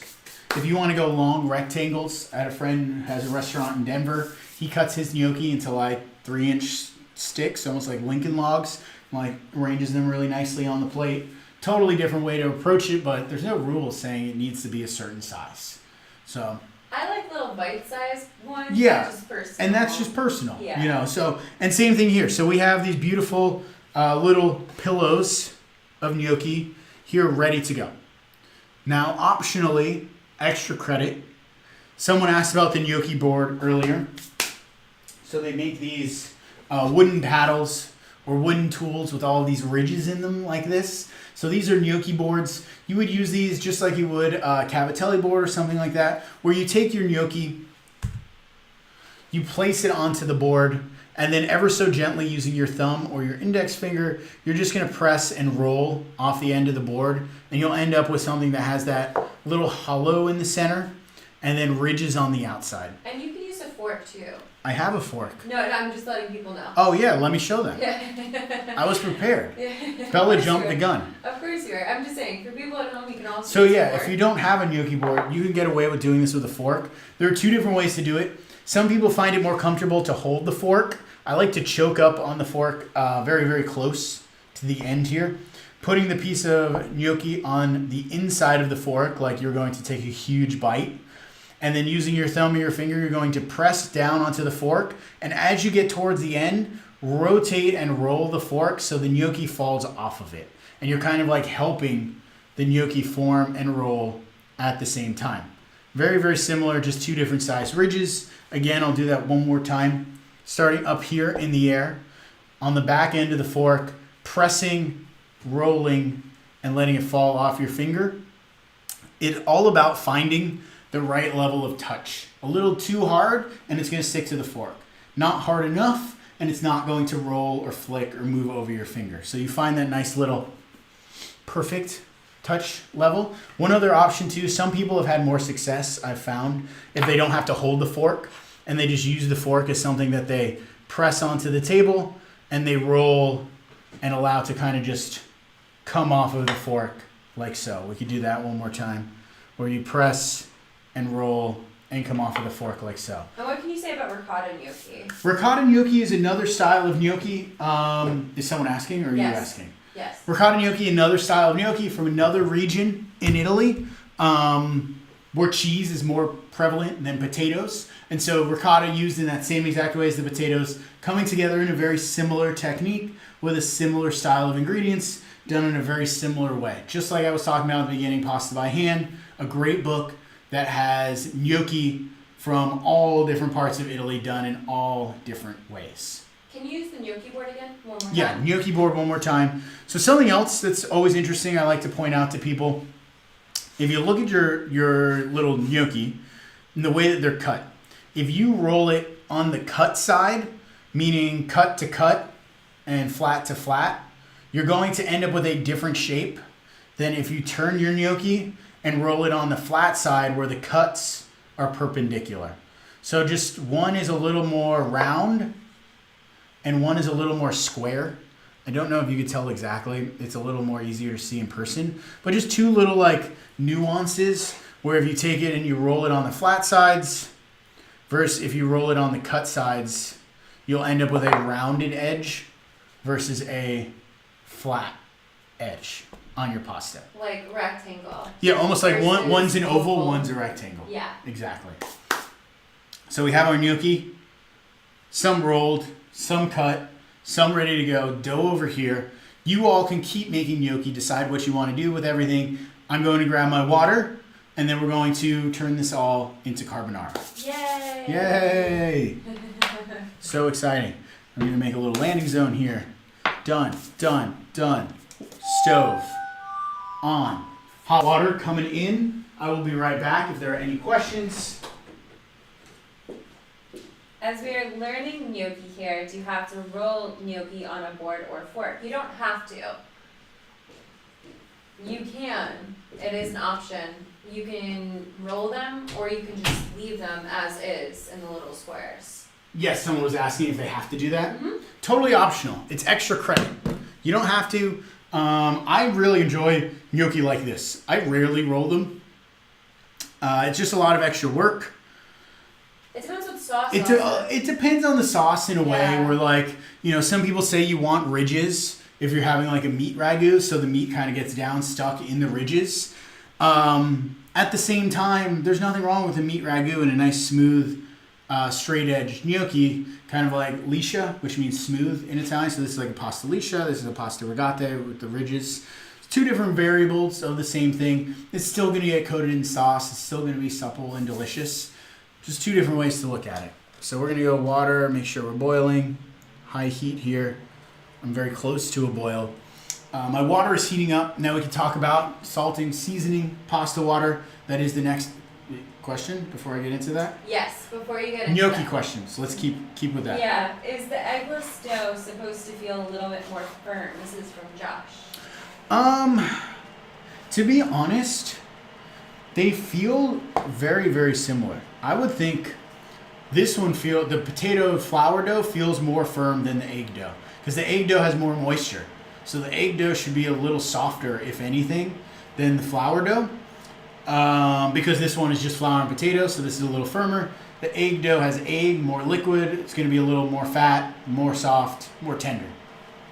But when it cooks, you know, you kind of have two completely different textures because the egg firms up in this one. This one doesn't have any egg to firm up. What else? Keep it coming. That's it so far. That was it. Okay. Yeah. I'm making a little landing zone over here so I can bring the stove a little closer, and we could see the carbonara come together a little better.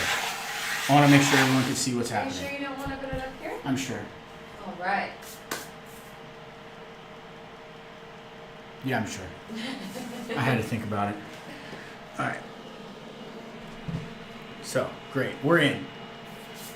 Coming in. What we're looking for here, water's coming to a boil. Almost there. Not quite yet. Seasoning pasta water, we've talked about it many, many times. I always like to talk about it again. Is one great takeaway from this. Pasta water should be as salty as a well-seasoned soup. It should not be as salty as the sea. Pasta water, in fact, shouldn't even be salty. It should just be seasoned. It should taste good. Think of it like water soup. That's exactly what you're going for here. Just the well-seasoned flavor of water. That's all you really want. There's no need for it to be as salty as the sea. That's just way too much salt. Seawater, as a point of comparison, is about 3 to 4% salinity by volume, where pasta water should be in the range of like 0.5 to 1%, which is approximately 1 tablespoon to 1 quart of water, which is very, very approximate, often too determined by the kind of salt that you're using. So instead, don't be afraid to stick a spoon in there. Taste it. Does it taste salty? Does it taste seasoned? You could always add a little more salt, but don't just guess. We're cooking. You're taking all of this time to do something nicely. Whenever you're cooking pasta, don't be afraid to season and taste the water. Very, very important. Any other questions yet? Nope. All right, I wait to season my pasta water before it comes to a boil. The reason I don't season it right away is if my water were to evaporate and come down too quickly, it'll get way too salty. That, coupled with the fact that salted water takes longer to come to a boil, I always like to wait till I'm just about at boiling, then I'll add my salt, and that'll make sure my water boils that much faster. I feel good about that. We're almost at a boil here. We'll go with our pasta water seasoned. I have my pan over here with my rendered guanciale in it. No, I'm sorry, rendered guanciale fat. I have my guanciale sitting over here on the side. I'm just gonna make myself a little more room so we're not So yeah, everything's stacked up. in that pan to kind of go over it is the rendered fat and black pepper, correct? Correct. Great. Thank you. I'm just getting rid of a lot of this extra stuff on the table that we don't need right now.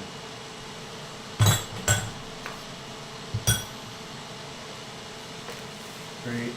Fantastic. That's almost boiling. We're done with our gnocchi board. We're done with our flour. Now I have some space. Now we're ready to cook. Now you can breathe. Now I can breathe. Don't be afraid to stop and clean up when you're cooking.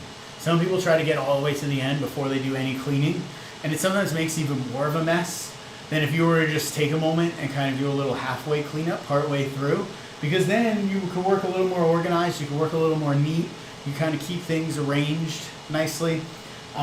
Speaking of this extra dough right here, if you find yourself with extra dough, like I have, I wouldn't try to necessarily save this. Like I'm going to use this right after we finish this and probably roll out the rest of these, blanch them all off, and that way I'll at least have gnocchi I could freeze, I could refrigerate, I could give away to friends, socially distanced, of course. And then that way it's just done and ready to go. Gnocchi dough that sits around too long is going to start auto-leasing, or meaning like the proteins in the flour and the wheat is going to interact with the liquid in the potato or the egg, and it's going to kind of this self-digestion process where things get very stretchy, they get very sticky, they get very elastic, and they almost become, lack of a better word, a little gummy. So I don't like to keep the dough sitting around for too long. If I make all these little dumplings, they're great in the fridge till later tonight. Same thing, if you were to keep these sitting around till tomorrow, they're going to be a little different. The texture's not exactly going to be the same as if you use them right now. So we're going to go into our boiling water. I'm going to use my bench scraper here just to make sure I grab everybody. And we can go right into our pot.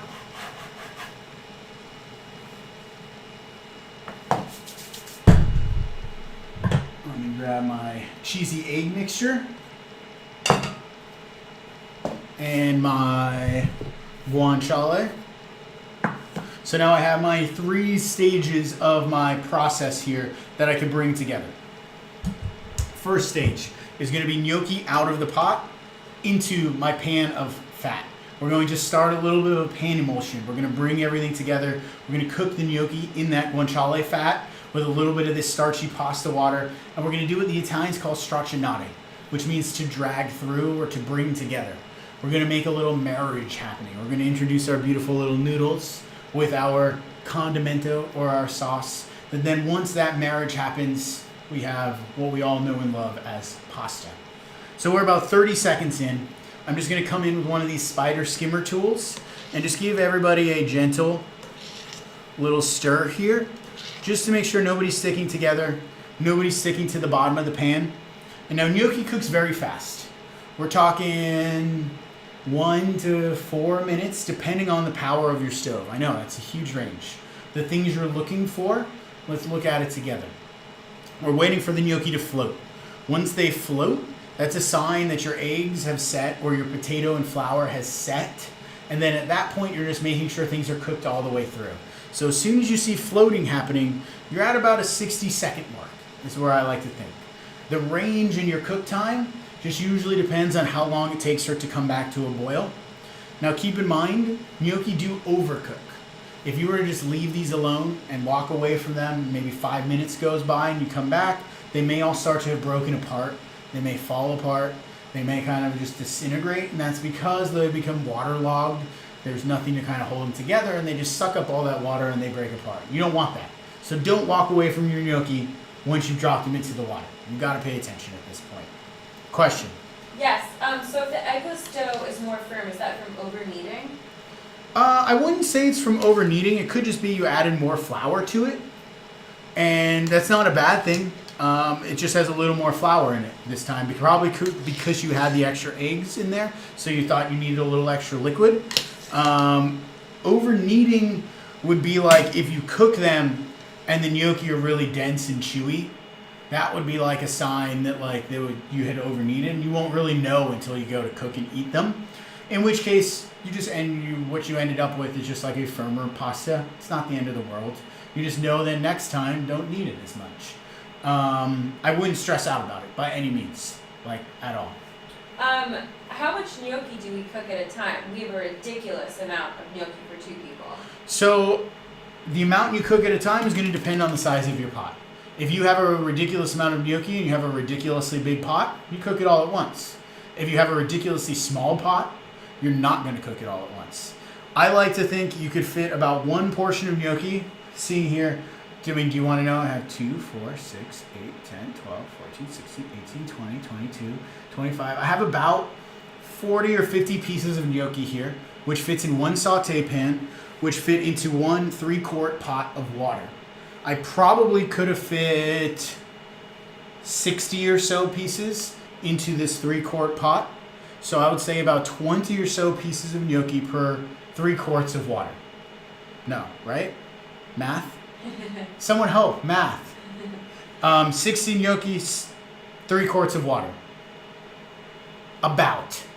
It's always going to depend, depending on the size of your pot, the size of your gnocchi. You just want to give yourself enough room for them to move around.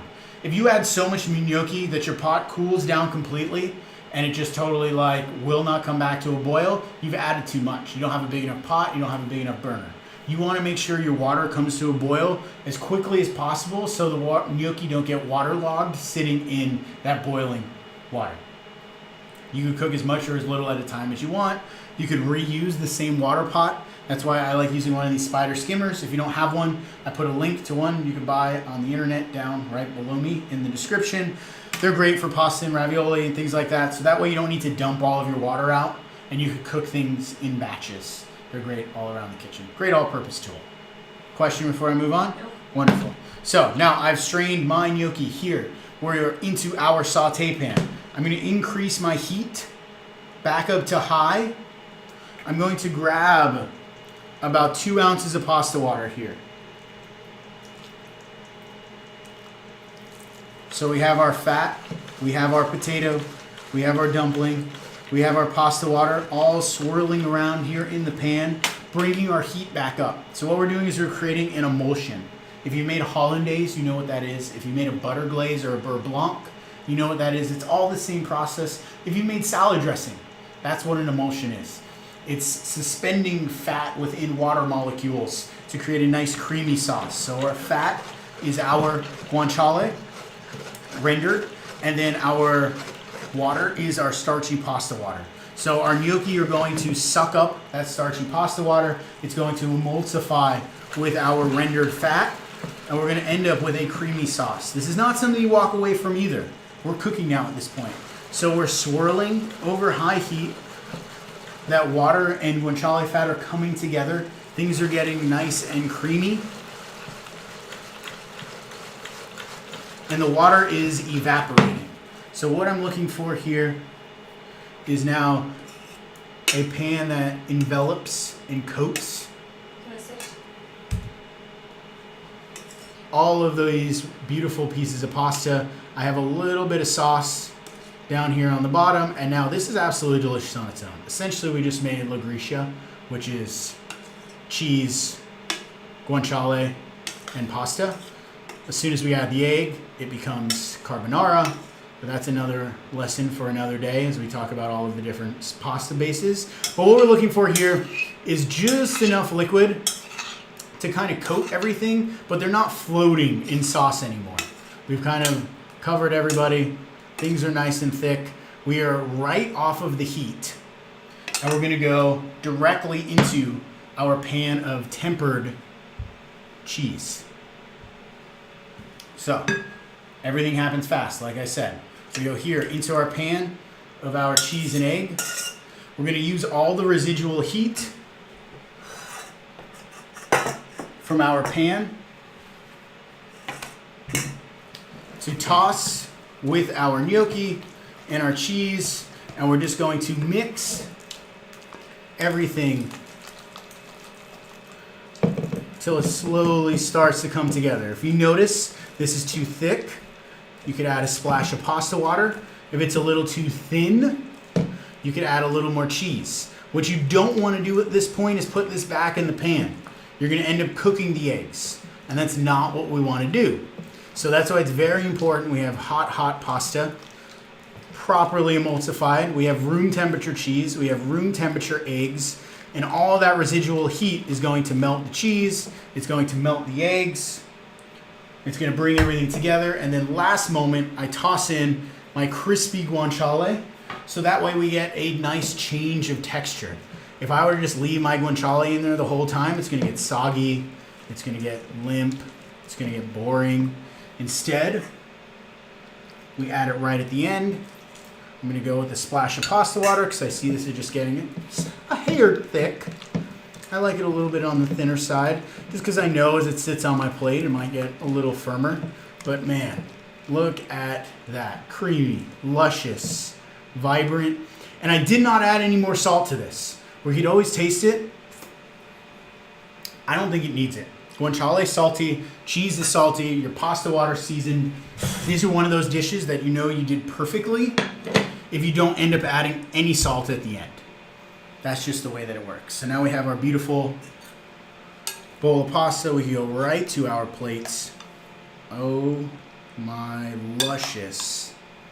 So freaking good. Every time I see carbonara coming out of the bowl, it's just heavenly. The smells, the taste, the way this looks. Last but not least, I go a little bit of fresh black pepper just to kind of bring out the pepper that's already in there. And I go a tiny bit of grated cheese just to kind of complement the cheese that's already in there. And oh, mamma mia. If you've never had carbonara like this, I'm changing your life. Questions? Yes. How long can your gnocchi dough sit in the flour before you boil it? Gnocchi pieces or gnocchi dough? Re-ask the question. I'll wait 30 seconds. Yes. Great. That's okay. If they're sitting in pieces like this, I would not leave them on the counter for more than like half an hour to an hour. If you have the pieces like this, put them onto like a floured tray or a cookie tray or a plate. Put them in the fridge. They could sit there for like 6 to 8 hours. You can cook it tonight, dinner, later, whenever. This, I try to use within 2 hours because it will start to change pretty drastically if you don't use it right away. This is not something you want to set in the fridge and use later. What else? Questions? Oh my gosh. I think you should take a bite. Let's take a bite. Coming in here, take a look. Oh, super close up. This is just like one of my favorite looking dishes. It's like so beautiful from the egg yolks, rich and creamy. Wait, and then can we like get a little close-up shot? oh yeah. Camera Ooh. switch. Oh boy, look at that luscious goodness. Don't forget to take a photo before you eat it. Yay, Madeline. Cheers, everyone. Madeline says, "Yay! Thanks so much. I finally feel confident to make gnocchi." Oh, that's so good. Fork drop. That's how good it is. So good. Rich, funky, peppery, cheesy. Now richness from the eggs. Carbonara just doesn't fail to disappoint. And the gnocchi, I gotta go again. Tender, luscious, delicious, soft, melt in your mouth. Gnocchi are one of my favorite things, and I hope everyone enjoys this recipe and making these as much as I do. Please, we have moments, we have time.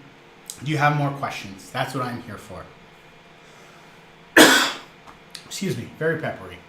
I love it. You love it. Yay! I know there's a little bit of delay. There's a lag. We're hanging out. I think I have a moment. I think people probably Yeah, finishing everybody's their cooking. carbonara. Everybody's finishing their carbonara. That's good. That's great. You all are here for me. I'm here for you. If you have any questions in the future, send me a message. Find me on Instagram at chef.joe.sasto and use the taco emoji. The taco emoji is our little secret code word. So then that way, when I see your DM, I see the taco emoji. I know you've taken the time to hang out with me. So I want to make sure to take the time to talk back and hang out with you, even if it's just over a direct message on the internet. It's really important to me that I spend that time talking to people, answering questions, no matter what they may be. So please don't hesitate to ask. That is what I'm here for. Even if you don't have that question right now, save it, come back to me, find me on the internet. I couldn't do this without all of you. Here's a couple questions. Daniel says, "Are we going to talk about what to do with the gnocchi that we're freezing?" Yeah, so gnocchi that you're freezing, you would cook it in the water, in case you missed that. Cook all of the gnocchi today. Cook it later tonight. Cook it right now. Cook everything. Whatever you're not going to eat or turn into your sauce right away, when it comes out of the water, toss it with a little bit of olive oil, grapeseed oil, avocado oil, whatever. Something non-stick. hit it with nonstick spray. Put it onto a tray, laid out evenly so they're not in a big pile, and let it chill. Once it's chilled, you can freeze it, you can refrigerate it, you can do anything with it. You can toss it with brown butter and eggs tomorrow morning for breakfast. You can put it into your favorite ragu or meat sauce. You can even hit it with some curry spice and make it into some sort of stewed dish that have little potato dumplings. It really, the endless number of possibilities are only limited by your imagination. So once you have it done, it's cooked, it's blanched, it's ready to eat, ready to go, and you don't have to even bring out another pot of water because it's already done. Just toss it into your hot sauce. And then how will you hold the rest of that dough? I'm going to use the rest of this dough. I wouldn't hold, like I said, I would not hold this for more than 2 hours. I would use it right away, and then I would cook everything and have it done and blanched. What did I do wrong when you cook it and then it turns hard as a rock after I boil it? I hope you're exaggerating and that it is not actually as hard as a rock to the point where you can't bite it. That's odd. I mean, it could have been kneaded too much, and that is a sign of developing too much gluten. But they really shouldn't be rock hard at all. They should be soft. They should be tender. If they are rock hard, like really, really hard, you may have added too much flour, or you may have kneaded too hard and developed too much gluten. At which point, there's nothing you can really do. You have then just chew your gnocchi. It's like having a cavatelli. Like floured water dough made from cavatelli. It's still delicious. It has more chew to it. It's not the end of the world. And it's just one of those things. And now you have muscle memory of what happened here today. And just be better next time. It never is perfection. It's always just progress. Always. Always. That's okay. You didn't ruin anything. It's just two things to look at. You may have over-kneaded it. You may have added too much flour. And hopefully you're exaggerating. It's not really. And hopefully it's not as hard as a rock and you could actually eat it. I'd also be curious to know how you broke down your potatoes. If you used a rice or a food mill, or if you used a knife or a grater or a masher of sorts, because that could have turned it into like a gummy mess before you even started mixing, in which case you could have gone wrong much earlier on. It's hard to say without knowing, but those are three, I guess, different things you could look at for the future. And then there's no other questions. And there's no other questions. But again, if you have questions, Instagram, find me on Instagram. Use the taco emoji. Use the taco emoji. You can make this gluten-free by using rice flour, glutinous rice flour, regular rice flour, 50-50 blend. Makes gluten-free gnocchi, same exact process. Next week, next Sunday, same place, same time. We're doing pizza. We're making calzones and stromboli, a great all-purpose New York-style pizza dough that doesn't have all the crazy mixing like my focaccia pizza. This is done all in the mixer. You can make it the morning of. You can make it the night before. It is much more carefree. It is almost like the entry-level all-purpose pizza dough that's great for any and everything. There's also a really good gluten-free version on that same recipe that if you've never had pizza or you have a gluten-free person in your life, it may be time we hang out next week. The person who asked about the gnocchi being hard said it was ricotta, no potato. Oh, so you made a completely different recipe, Mia. I don't know whose recipe you used. I would go back to the recipe and see what went wrong. Do we get to meet Gnocchi the cat? Oh, maybe. Where's Gnocchi? Gnocchi usually is napping. He's napping this whole time. We'll end with Gnocchi the cat, and that'll be the end. Where is he? Gnocchi. I think he's asleep with Uni. Uni and Gnocchi. They're definitely taking a nap right now. Maybe under the bed. Maybe on the windowsill. Maybe on the bed. Oh, gnocchi.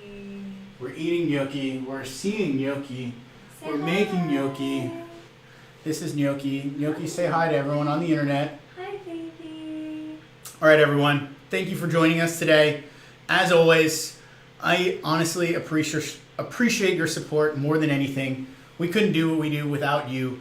And I really look forward to cooking for and hopefully with all of you in real life one day. So until next time, everyone take care. Say goodbye to Gnocchi. Gnocchi, say goodbye. Hi, Gnocchi. Bye. Bye, everyone. Yay. See you later. Bye, everyone. Bye, Gnocchi. Come here, baby.